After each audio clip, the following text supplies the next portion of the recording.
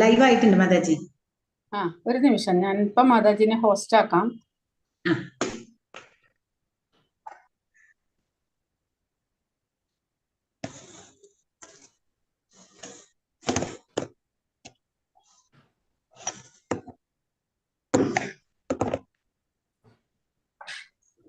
ശരി മാതാജി, ഹോസ്റ്റ് ആക്കിയിട്ട്. Thank you Mataji. Hare Krishna. അപ്പൊ നമുക്ക് തുടങ്ങാല്ലേ. അപ്പൊ നമ്മള് കഴിഞ്ഞ ക്ലാസ്സുകളിൽ എന്തൊക്കെയാ എന്നുള്ളത് ഓർമ്മയില്ലേ എല്ലാവർക്കും? നമുക്ക് നോക്കാം. അതായത് ഭഗവാൻ അർജുനനോട് പറയാണ് യുദ്ധം ചെയ്യേണ്ട വിധം, അല്ലെങ്കിൽ യുദ്ധം ചെയ്യാനുള്ള യുദ്ധം ചെയ്യാണ്ടിരിക്കാനുള്ള അർജുനന്റെ കാരണങ്ങൾക്ക് എല്ലാത്തിനും ഭഗവാൻ ഓരോരോ കാര്യങ്ങൾ പറഞ്ഞു കൊടുക്കുകയാണ്. എന്തിനാണ് അർജുന ചെയ്യേണ്ടത്, എന്താണ്, അതായത് നമ്മൾക്ക് ഒരാള് നമ്മുടെ കാർമ്മിക പ്രതികരണങ്ങൾ എന്ന് പറയും, അതിൽ നിന്ന് മോചിപ്പിക്കാനായിട്ട് 2-ാം അധ്യായത്തിൽ ഭഗവാൻ എന്താ പറഞ്ഞു കൊടുക്കണേ? ആത്മാവിനെ പറ്റി, ആത്മാവ് എങ്ങനെയാണ് ശരീരത്തിൽ ഇരിക്കുന്നതെന്നും നമ്മൾ എന്താണ് ആത്മാവിനെ അറിഞ്ഞിട്ട് ചെയ്യേണ്ടതെന്നും ഭഗവാൻ പറഞ്ഞു കൊടുത്തു. പിന്നെ ഭഗവാൻ 3-ാമത്തെ അധ്യായത്തിൽ എന്താ പറഞ്ഞു കൊടുത്തത്? ജ്ഞാനത്തിലേക്ക് ഉയർന്ന ഒരാൾക്ക് എങ്ങനെയാണ് കർമ്മം ചെയ്യേണ്ടത്, അത് എങ്ങനെയാണ് ആ കർമ്മം ചെയ്യാൻ പറ്റുക എന്നുള്ളത് പറഞ്ഞു കൊടുത്തു. 4-ാമത്തെ അധ്യായം, അതായത് ഇന്നലെ നമ്മൾ എന്താ കണ്ടത്? ഭഗവാൻ ഗുരു പരമ്പരയെ കുറിച്ചും ഭഗവാൻ എന്താണെന്നുള്ളതും ആർക്കാണ് ഭഗവാൻ ഇത് പറഞ്ഞു കൊടുത്തിട്ടുള്ളതെന്നും പിന്നെ എങ്ങനെയാണ് ജ്ഞാനത്തിന്റെ പരിപൂർണ അവസ്ഥയിൽ എത്തണമെന്നുണ്ടെങ്കിൽ നമ്മൾ എന്തെല്ലാം ചെയ്യണമെന്നും ഭഗവാൻ പറഞ്ഞു കൊടുത്തു. അപ്പോൾ അത് കഴിഞ്ഞിട്ട് ഭഗവാൻ പറഞ്ഞു കൊടുക്കാണ്, അങ്ങനെ നമ്മളൊക്കെ ഇതിന്റെ അതായത് ജ്ഞാനത്തിന്റെ പരിപൂർണ അവസ്ഥയിൽ അല്ലെങ്കിൽ ഭക്തിയുടെ സേവനത്തിന്റെ പരിപൂർണ അവസ്ഥയിൽ എത്തണമെന്നുണ്ടെങ്കിൽ നമ്മൾ എന്തെല്ലാം ചെയ്യണം. അപ്പൊ ഇന്നിപ്പോ അർജുനൻ ചോദിക്കാണ്, അതായത് ഇന്ദ്രിയങ്ങൾ, നമ്മുടെ ഇങ്ങനെ ഇന്ദ്രിയങ്ങൾ എന്ന് പറയുമ്പോൾ നമുക്കറിയാലേ, നമ്മുടെ കണ്ണ്, മൂക്ക്, നാക്ക്, ത്വക്ക്, അല്ലെ, നമ്മൾ ഒരിക്കലും ശ്രദ്ധിക്കാത്ത ചില കാര്യങ്ങളാണ് ഇതെല്ലാം. നമ്മൾ ഒരിക്കലും ചിന്തിക്കാറില്ല, നമ്മുടെ കണ്ണ് അല്ലെങ്കിൽ നമ്മുടെ മനസ്സ് ആഗ്രഹിച്ചിട്ടാണ് ഞാൻ ആ പടം കാണുന്നത്, അല്ലെങ്കിൽ ഞാൻ ഈ ഭക്ഷണം കഴിക്കുന്നത്, ഈ പാട്ട് കേൾക്കുന്നത്. ഒരിക്കലും നമ്മൾ അങ്ങനെ ചിന്തിച്ചിട്ടില്ല. നമുക്ക് പാട്ട് കേൾക്കണം എന്ന് തോന്നി നമ്മൾ പാട്ട് കേട്ടു, നമ്മൾ അങ്ങനെ പറയാല്ലേ, എനിക്ക് അതൊന്ന് കാണണം, അല്ലെങ്കിൽ എനിക്കിതൊന്ന് കേൾക്കണം, എനിക്കിതൊന്ന് അറിയണം, അല്ലെങ്കിൽ എനിക്കിതൊന്ന് രുചിക്കണം. ഈ ഞാൻ ആരാ? നമ്മൾ എപ്പോഴെങ്കിലും ചിന്തിച്ചിട്ടുണ്ടോ? എനിക്ക് എന്ന് പറയുമ്പോൾ നമ്മൾക്ക് എന്താണ് വേണ്ടതെന്ന് നമ്മൾ ഒരിക്കലും ചിന്തിച്ചിട്ടില്ല. നമ്മുടെ വിചാരം എന്താ? ഈ ശരീരമാണ് നമ്മളെന്നും കുറെ പേർക്ക് മനസ്സിലായിട്ടുണ്ടാവും ഒരു പക്ഷേ ഞാൻ ആത്മാവാണെന്ന്. പക്ഷെ ഞാൻ ആത്മാവാണെന്ന് പറഞ്ഞിട്ട് കാര്യമില്ല. നമ്മൾ അതിനനുസരിച്ചിട്ട് പ്രവർത്തിക്കുമ്പോൾ മാത്രമേ നമ്മൾ ആത്മാവാണെന്നുള്ള ആ ബോധത്തിലേക്ക് വരണുള്ളൂ. ആ ഒരു ബോധം ശരിയായിട്ടുള്ള വിധത്തിൽ വന്നാൽ മാത്രമേ നമ്മൾ ചെയ്യുന്നത് തെറ്റാണോ ശരിയാണോ എന്ന് പിന്നെ നമുക്ക് അവലോകനം ചെയ്യാൻ പറ്റുള്ളൂ. അതുവരെ നമ്മൾ എന്താ, ഉരുളയ്ക്ക് ഉപ്പേരി പോലെ, ഒരാൾ എന്നെ ചീത്ത പറഞ്ഞാൽ ഞാൻ അതിന് 10 പറഞ്ഞില്ലെങ്കിൽ ഞാൻ മോശമായി എന്നാ നമ്മുടെ വിചാരം. നമ്മൾ അങ്ങനെയാണ് കേട്ടും കണ്ടും വളർന്നിട്ടുള്ളത്, അല്ലെ? അപ്പോ അതിനൊക്കെ മറുപടി ആയിട്ട് ഭഗവാൻ നമുക്ക് ഇവിടെ തരികയാണ്, ഈ ഒരു മനുഷ്യജന്മം നമ്മൾ എങ്ങനെ ഉപയോഗിക്കണം, എന്താണ് ഈ മനുഷ്യജന്മത്തിന്റെ ഉദ്ദേശം, എങ്ങനെയാണ് ഈ മനുഷ്യജന്മം നമ്മൾക്ക് മുന്നോട്ട് കൊണ്ടുപോകാൻ പറ്റുക എന്നുള്ള കുറെ കാര്യങ്ങൾ നമുക്ക് തിരിച്ചും ഭഗവാൻ ഇതില് കർമ്മസന്യാസ യോഗം എന്ന് പറയുന്ന ഈ യോഗം, ഈ ഇതിലേക്ക്, യോഗം എന്ന് പറഞ്ഞാൽ കണക്ഷൻ, ഭഗവാനുമായിട്ടുള്ള കണക്ഷൻ, കർമ്മത്തിനെ എങ്ങനെ ഭഗവാനുമായിട്ട് ബന്ധപ്പെടുത്തി നമുക്ക് ചെയ്യാമെന്ന് ഇവിടെ പ്രഭുപാദ പറയണത് ഇതിനെ കർമ്മയോഗം എന്നാണ് പറയണത്. അപ്പൊ എന്താ പറയണത്? പരിപൂർണ ജ്ഞാനത്തോട് ചെയ്യുന്ന ഏതൊരു കർമ്മവും പൂർണ്ണമാണ്. പരിപൂർണ ജ്ഞാനം എന്ന് പറഞ്ഞാൽ ഭഗവാൻ ആരാണ്, ഞാൻ ആരാണെന്നുള്ള അറിവോടുകൂടെ നമ്മൾ ചെയ്യുന്ന കർമ്മം പൂർണ്ണമാണ്. പക്ഷെ അർജുനൻ അത് ആവണില്ല, മനസ്സിലാവാഞ്ഞിട്ടായിരിക്കില്ല, നമ്മളെ പോലെ ഉള്ളവർക്ക് വേണ്ടിയിട്ട് അർജുനൻ അത് ചോദിക്കുകയാണ് ഭഗവാനോട്. അർജുനന്റെ വിചാരം എന്താണ്? ഇന്ദ്രിയങ്ങളുടെ പ്രവർത്തനമൊക്കെ, ഇപ്പൊ ഞാൻ സിനിമ കാണില്ല, ഞാൻ അമ്പലത്തിൽ പോണില്ല, ഞാൻ അമ്പലത്തിലല്ല, ഞാൻ സിനിമയ്ക്ക് പോണില്ല, ഞാൻ കല്യാണങ്ങൾക്ക് പോണില്ല, അതല്ല ഭഗവാൻ ഇവിടെ ഉദ്ദേശിക്കുന്നത്. ഭഗവാൻ എന്താ ഉദ്ദേശിക്കുന്നത്? അപ്പൊ അർജുനന്റെ വിചാരം ജ്ഞാനത്തോടുകൂടെ പരിത്യാഗം ചെയ്താൽ മതി എന്നാണ്. അപ്പൊ പിന്നെ അർജുൻ ഇവിടെ മനസ്സിലാക്കുന്നത് എന്താ വെച്ചാൽ, ആകെ ഒരു കൺഫ്യൂഷൻ മാതിരി അർജുന് തോന്നുകയാണ്.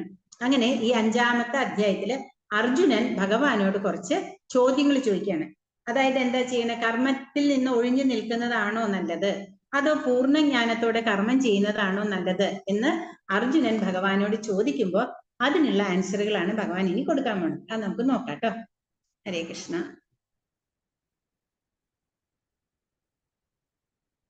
ഹരേ കൃഷ്ണ. കർമ്മയോഗം, കൃഷ്ണാവബോധത്തിൽ എങ്ങനെയാണ് കർമ്മയോഗം പ്രവർത്തിക്കുന്നത്? ഓം നാരായണം നമസ്കൃത്യ നരം ജൈവ നരോത്തമം ദേവീം സരസ്വതീം വ്യാസം തതോ ജയമുദിരേത് നഷ്ടപ്രായേഷു ഭദ്രേഷു നിത്യം ഭാഗവത സേവയാ ഭഗവതിത്വമശ്ലോകേ ഭക്തിർഭവതി നൈഷ്ഠികം മൂകം കരോതി വാചാലം ബന്ധം ലംഘേതേഗിരിം യത്പ്രഭാതമഹം വന്ദേ ശ്രീഗുരും ദീനധാരിണം പരമാനന്ദ മാധവൻ ശ്രീ ചൈതന്യമേശ്വരം. ഹരേ കൃഷ്ണ കൃഷ്ണ കൃഷ്ണ ഹരേ ഹരേ ഹരേ രാമ രാമ രാമ ഹരേ ഹരേ. ഹരേ കൃഷ്ണ കൃഷ്ണ കൃഷ്ണ ഹരേ ഹരേ ഹരേ രാമ രാമ രാമ ഹരേ ഹരേ. ഹരേ കൃഷ്ണ കൃഷ്ണ കൃഷ്ണ ഹരേ ഹരേ ഹരേ രാമ രാമ രാമ ഹരേ ഹരേ.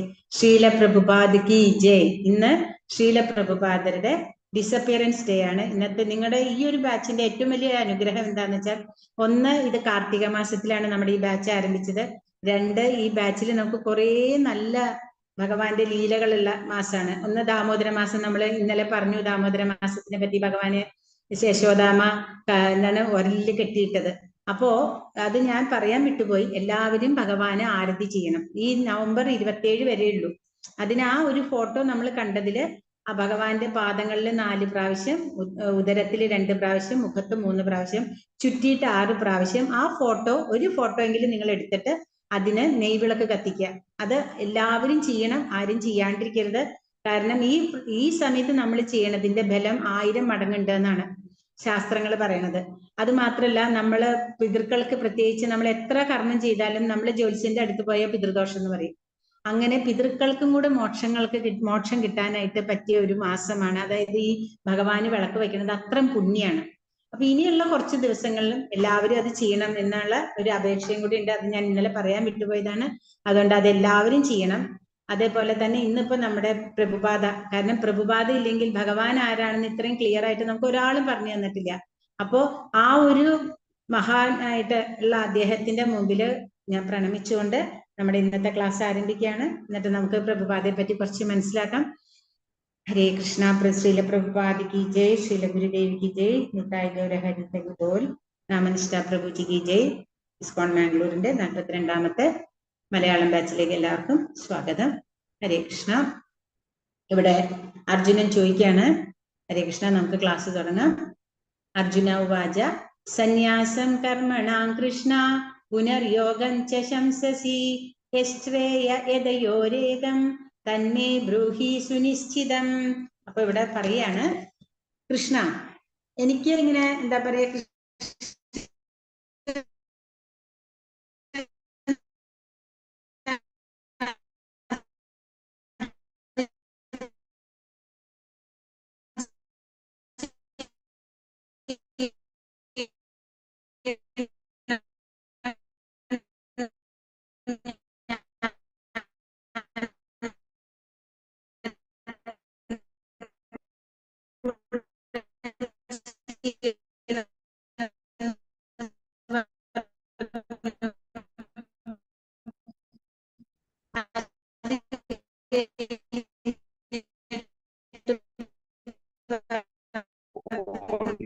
പ്രോബ്ലം ഉണ്ടല്ലോ മാതാജി.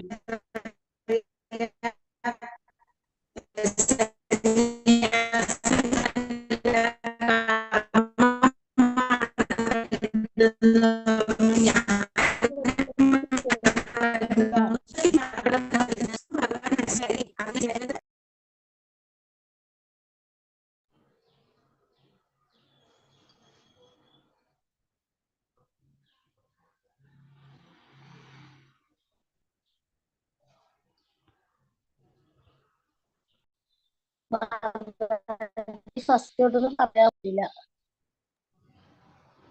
മാതാജി ക്ലിയർ ആവണില്ല.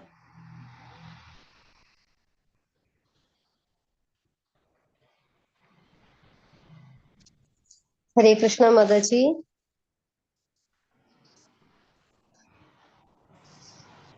മാതാജിക്ക് എന്തോ നെറ്റ് ഇഷ്യൂ ഉണ്ടെന്ന് തോന്നുന്നു. ഹരേ കൃഷ്ണ.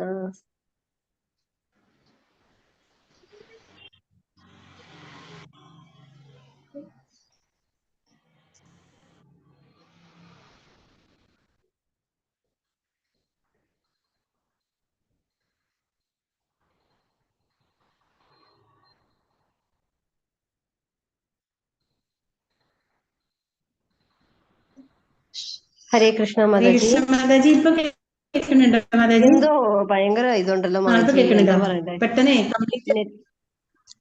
ഇന്റർനെറ്റാ, നെറ്റ് ക്ലിയർ അല്ല. മാതാജിയുടെ നെറ്റ് ക്ലിയർ അല്ല. ഹരേ കൃഷ്ണ. Net problem. രണ്ട് മാതാജി വേറെ ഇതിൽ കയറി നോക്കട്ടെ. ഹരേ കൃഷ്ണ. ലാപ്ടോപ്പിലും മൊബൈലിലും മാതാജി ഇത് ചെയ്തിട്ടുണ്ടോ? ഹരേ കൃഷ്ണ. മാതാജി എന്നെ രണ്ട് ഇത് ഡിവൈസ് ഓൺ ആയിരിക്കുന്നുണ്ട് ഇല്ല, മാതാജിയുടെ. അല്ല, ഇതിൽ ഇന്റർനെറ്റ് കുറഞ്ഞിട്ടായിരിക്കും എന്റെ മൊബൈലിൽ. അപ്പൊ ഞാൻ വേറെ മൊബൈലിൽ കൂടെ കയറാം. എന്നാല് മാതാജിനെ ഹോസ്റ്റ് ആക്കിയാൽ മതി. ഞാൻ എന്നാ പുറത്തേക്ക് പോട്ടെ? ഓക്കെ മാതാജി, ഹരേ കൃഷ്ണ. കേൾക്കുന്നുണ്ടോ? ഹരേ കൃഷ്ണ. അപ്പൊ ഞാൻ പുറത്തേക്ക് വരട്ടെ? ഓക്കെ മാതാജി, ഹരേ കൃഷ്ണ. ഇതിവിടെ എന്റെ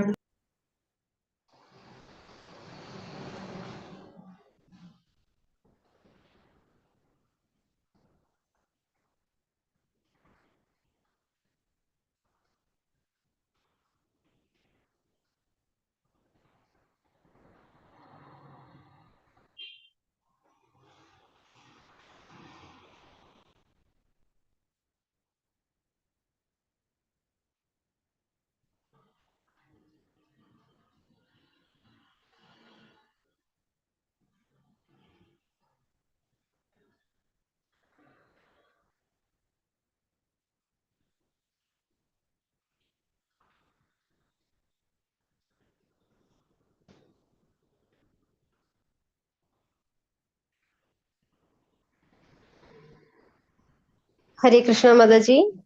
ഹരേ കൃഷ്ണ. മാതാജി ഒന്ന് ഹോസ്റ്റ് ആക്കോ?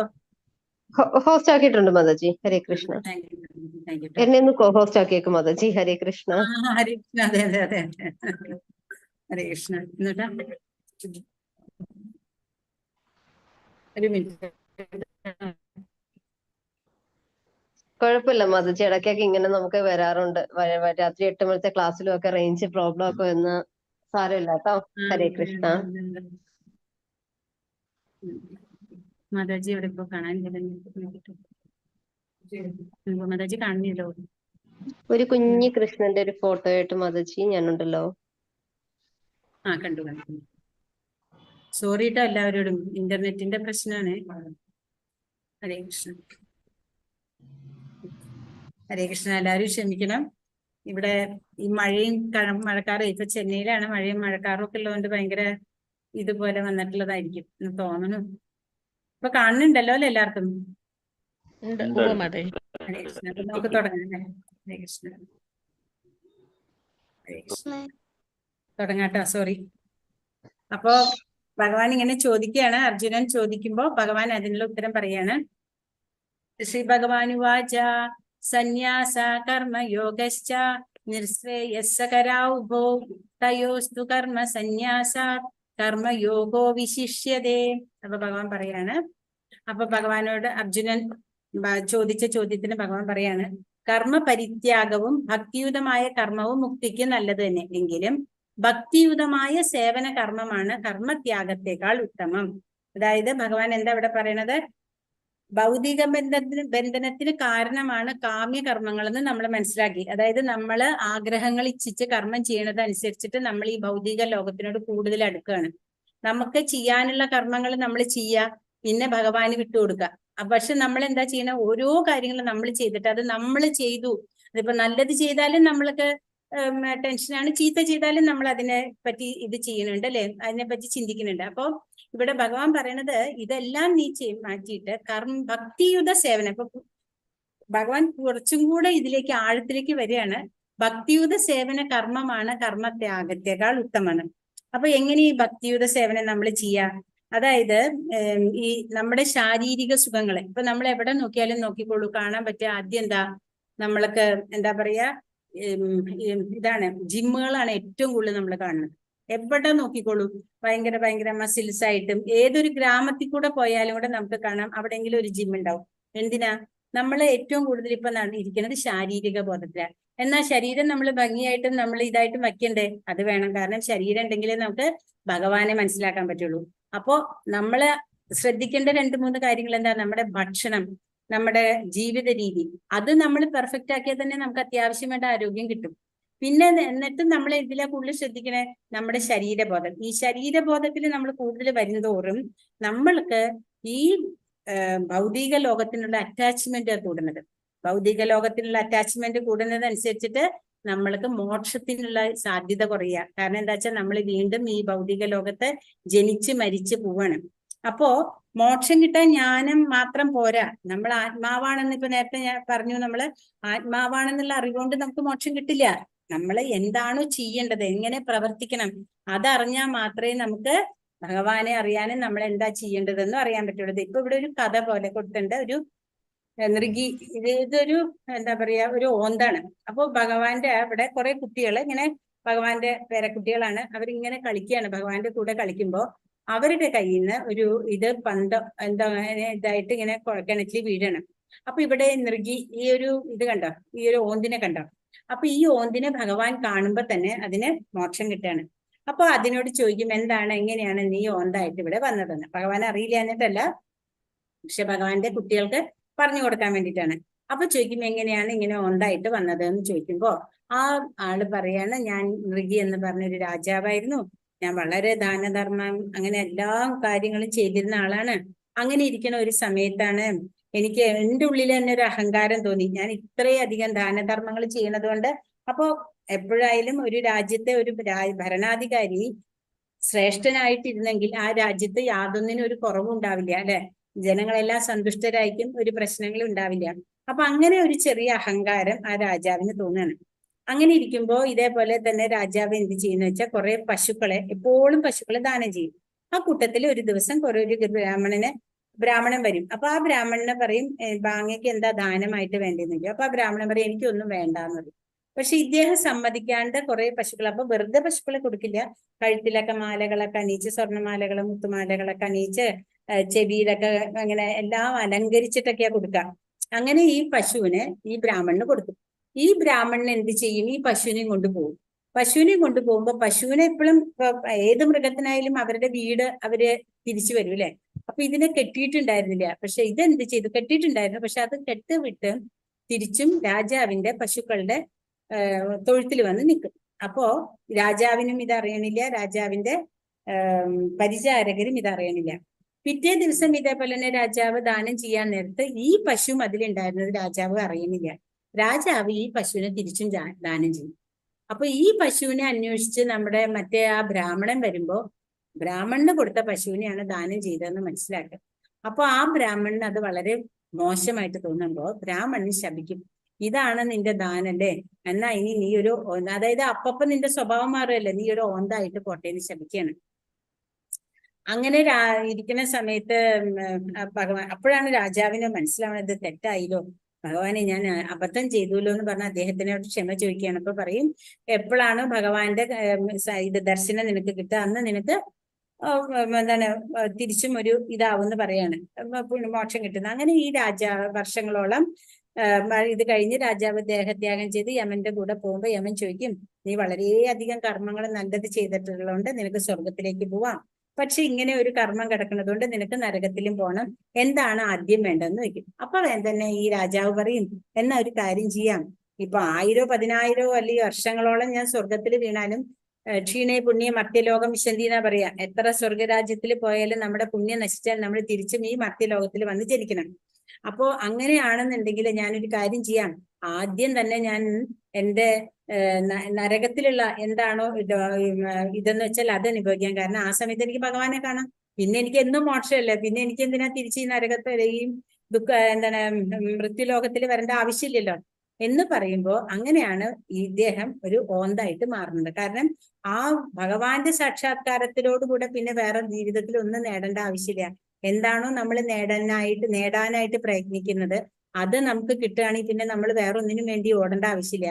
അപ്പൊ അങ്ങനെ ഈ രാജാവ് ഒരു ഓന്തായിട്ടാണ് ആ കിണറ്റിൽ കിടക്കുന്ന സമയത്താണ് ഭഗവാൻ അവിടെ വരുന്നത്. അപ്പോ എന്താണ് എന്ന് വെച്ചാൽ, ഈ പറയണത് എന്താന്ന് വെച്ചാൽ, നമ്മൾ ചെയ്യണ കർമ്മം ഞാനാണ് അതിന്റെ അധികാരി എന്ന് വെച്ചാൽ ഇതേപോലത്തെ വീഴ്ചകൾ സംഭവിക്കും. പക്ഷെ അത് ഭഗവാനെ മുൻനിർത്തി ഭഗവാന് വേണ്ടി നമ്മൾ ചെയ്യുകയാണെങ്കിൽ നമ്മൾക്ക് നമ്മുടെ രക്ഷയ്ക്കായിട്ട് ഭഗവാൻ തന്നെ ഉണ്ടാവും. പിന്നെ ശ്ലോകം 5:3 ഭഗവാൻ പറയാണ്, നിത്യ സന്യാസി യോ ദേഷ്ടരിന കാംക്ഷതി നിർദ്ദന്തോ ഹി മഹാബാഹോ സുഖം ബന്ധാത് പ്രമുച്യതേ. വിവർത്തനം: കർമ്മബലങ്ങൾ ആഗ്രഹിക്കുകയോ വെറുക്കുകയോ ചെയ്യാത്ത ആളാണ് നിത്യസന്യാസി. മഹാബാഹുവായ അർജുന, അയാൾ ദ്വന്ദ്ങ്ങളിൽ നിന്ന് ഒഴിഞ്ഞ് എളുപ്പത്തിൽ ഭൗതിക ബന്ധനത്തിൽ നിന്ന് മുക്തനാകുന്നതോടൊപ്പം മോക്ഷം അടയുകയും ചെയ്യും. അപ്പോ ഇവിടെ ആദ്യം പറഞ്ഞു കർമ്മത്തിനെ നമ്മൾ എന്താ ചെയ്യേണ്ടത്? ശരിയായിട്ട് എന്താണ് ഞാനെന്ന് അറിഞ്ഞുകൊണ്ട് മാത്രം കാര്യമില്ല, നമ്മൾ അതിനുവേണ്ടി പ്രവർത്തിക്കണം എന്ന് പറയാണ്. പിന്നെ ഭഗവാൻ പറയാണ്, ദിവ്യമായ പ്രേമയുധ സേവനത്തിന് സ്വയം സമർപ്പിതനായ ഒരു സന്യാസി കൃഷ്ണനുമായുള്ള തന്റെ മൂലസ്വരൂപത്തെ കുറിച്ച് അറിയുന്നത് കൊണ്ടാണ് തികഞ്ഞ ജ്ഞാനിയായിട്ട് മാറുന്നത്. ഇപ്പൊ നമ്മൾ ഫസ്റ്റ് ഫോട്ടോയിൽ എന്താ കണ്ടത്? ഒരു സന്യാസി ഒരു മൊബൈലൊക്കെ പിടിച്ച് സിഗരറ്റൊക്കെ വലിച്ച്. അങ്ങനെയുള്ള ഒരാള് സന്യാസി എന്ന് പറയാൻ പറ്റില്ല. അങ്ങനെയുള്ള സന്യാസിമാരാണ് നമ്മുടെ സന്യാസ സമൂഹത്തിന് തന്നെ നാശം ഉണ്ടാക്കണത്. നാശം നല്ല നാണക്കേടാണ് അവര്. നല്ല നല്ല സന്യാസിമാരെയും നല്ല നല്ല യോഗികളെയും നമ്മൾക്ക് അറിയാണ്ട് പോണതും ഇങ്ങനെയുള്ള കുറെ കപട സന്യാസികൾ കാരണമാണ്. അപ്പൊ ഭഗവാൻ എന്താ പറയണത്? ശരിയായ സന്യാസി ആവണമെന്നുണ്ടെങ്കിൽ നമ്മൾ ഏത് കാട്ടിലോ ഒരു എന്താ പറയാ മലയിലോ ഒന്നും പോകേണ്ട ആവശ്യമില്ല. നമ്മൾക്ക് വീട്ടിലിരുന്നും സന്യാസം ചെയ്യാമെന്നാ ഭഗവാൻ പറഞ്ഞത്. എങ്ങനെയാണെങ്കിലാണ് നമ്മള് ഒന്നിനെയും വെറുക്കാണ്ട് ഒന്നിനെയും ആഗ്രഹിക്കാണ്ട് എല്ലാം ഭഗവാന് വേണ്ടി ചെയ്താൽ അദ്ദേഹത്തിന് നിത്യസന്യാസി എന്ന് പറയാം. പക്ഷെ ഇത് പറയുമ്പോ കേൾക്കുമ്പോൾ എളുപ്പമാണെങ്കിലും നമ്മൾ ചെയ്തു വരുമ്പോ നല്ലോണം നമ്മള് അറിയാനുണ്ട്. കാരണം എന്താന്ന് വെച്ചിട്ടുണ്ടെങ്കിൽ നമ്മുടെ മനുഷ്യന്റെ ഒരു മനസ്സാണല്ലേ ആഗ്രഹം എന്ന് പറയുന്നത്. നമ്മൾ പറയേണ്ട, അതായത് ധ്യായാൻ വിഷയതേ പുംസാൻ, അതെപ്പോഴും ഓർക്കേണ്ട ഒരു ഇതാണ്. നമ്മള് വിഷയങ്ങളെ കുറിച്ച് ചിന്തിക്കുന്നത് തന്നെയാണ് ഈ പറയുന്ന ആഗ്രഹങ്ങളിലേക്ക് എത്തിക്കുന്നത്. അങ്ങനെ നമ്മൾ കാമത്തിൽ വന്നിട്ട് പിന്നെ നമ്മൾക്ക് ക്രോധം വരുമ്പോ നമ്മൾ തന്നെ അറിയണില്ല, നമുക്ക് വെറുപ്പും ദേഷ്യവും ഒക്കെ എങ്ങനെയാ പറഞ്ഞതെന്നല്ലേ? അത് നമ്മുടെ നാശത്തിന് വരെ കൊണ്ടുവന്ന് എത്തിക്കുന്ന പറയണേ. അപ്പോ നമ്മൾ എന്താ ചെയ്യേണ്ടത്? ഇതിൽ നിന്നെല്ലാം നമ്മൾക്ക് മോക്ഷം കിട്ടണമെന്നുണ്ടെങ്കിൽ നമ്മൾ ഈ ദ്വന്ദ്ങ്ങൾ എന്ന് പറഞ്ഞാൽ എന്താ? സ്നേഹം, വെറുപ്പ്, അതുപോലെ തന്നെ വിശപ്പ്, ദാഹം, അതല്ല വരിക, അതിന്റെ അല്ല. ഈ ദ്വന്ദ്ങ്ങൾ എന്ന് പറയുന്നത് സ്നേഹം, വെറുപ്പ്, അല്ലെങ്കിൽ ദുഃഖം, സുഖം, തണുപ്പ്, ചൂട് എന്നൊക്കെ പറയുന്ന അങ്ങനത്തെ എല്ലാ ദ്വന്ദ്ങ്ങളിൽ നിന്നെല്ലാം നമുക്ക് മാറാൻ സാധിക്കും. അപ്പോ എന്താ ചെയ്യേണ്ടതെന്ന് വെച്ചാൽ കൃഷ്ണനാണ് സമ്പൂർണനാണെന്നുള്ള, കൃഷ്ണന്റെ അംശമാണ് താൻ. അതാണ് നമ്മൾ അറിയേണ്ട ഏറ്റവും വലിയൊരു കാര്യം. ഞാൻ ആരാണ്? ഞാൻ ഭഗവാന്റെ ദാസനാണ്. അതേപോലെ തന്നെ ഞാൻ ഭഗവാന്റെ അംശമാണ്, പക്ഷെ ഞാൻ ഭഗവാനല്ല. അതെപ്പോഴും മനസ്സിലാക്കുക. ഏതൊരാള് പറയാണ് ഞാൻ ഭഗവാനാണ്, ഭഗവാന് തുല്യാണെന്ന് പറഞ്ഞാൽ ഒരിക്കലും അദ്ദേഹം ഭഗവാനാവില്ല. ഭഗവാൻ എന്ന് പറയുന്നത് 6 ഐശ്വര്യങ്ങളും തികഞ്ഞ ആളാണെന്ന് നമ്മൾ രണ്ടാമത്തെ അധ്യായത്തിൽ പഠിച്ചു. അപ്പോ ഈ ഐശ്വര്യങ്ങളും നിറഞ്ഞു നിൽക്കുന്ന സമ്പൂർണനായിട്ടുള്ള ഒരാൾ മാത്രമേ ഭഗവാനാവുള്ളൂ. ഇതിലേതെങ്കിലും ഒന്ന് കുറഞ്ഞാലും അദ്ദേഹം ഭഗവാനാവണില്ല. അപ്പോ ആ ഭഗവാന്റെ പൂർണ്ണമായ അംശമായ ഭഗവാനിന്റെ ചെറിയ ഒരു അംശമാണ് നമ്മള് എന്നുള്ള ആ ഒരു, ഇപ്പൊ നമ്മുടെ സൂര്യന്റെ സൂര്യകിരണങ്ങള് അല്ലെങ്കിൽ തീയിൽ നിന്ന് തെറിച്ചു പോണ ഒരു സ്ഫുലിംഗം, അതാണ് ഏറ്റവും പറയുന്നത്. ഇത് ആത്മസ്ഫുലിംഗമാണ് നമ്മള്, അത്രേ ഉള്ളൂ നമ്മള്.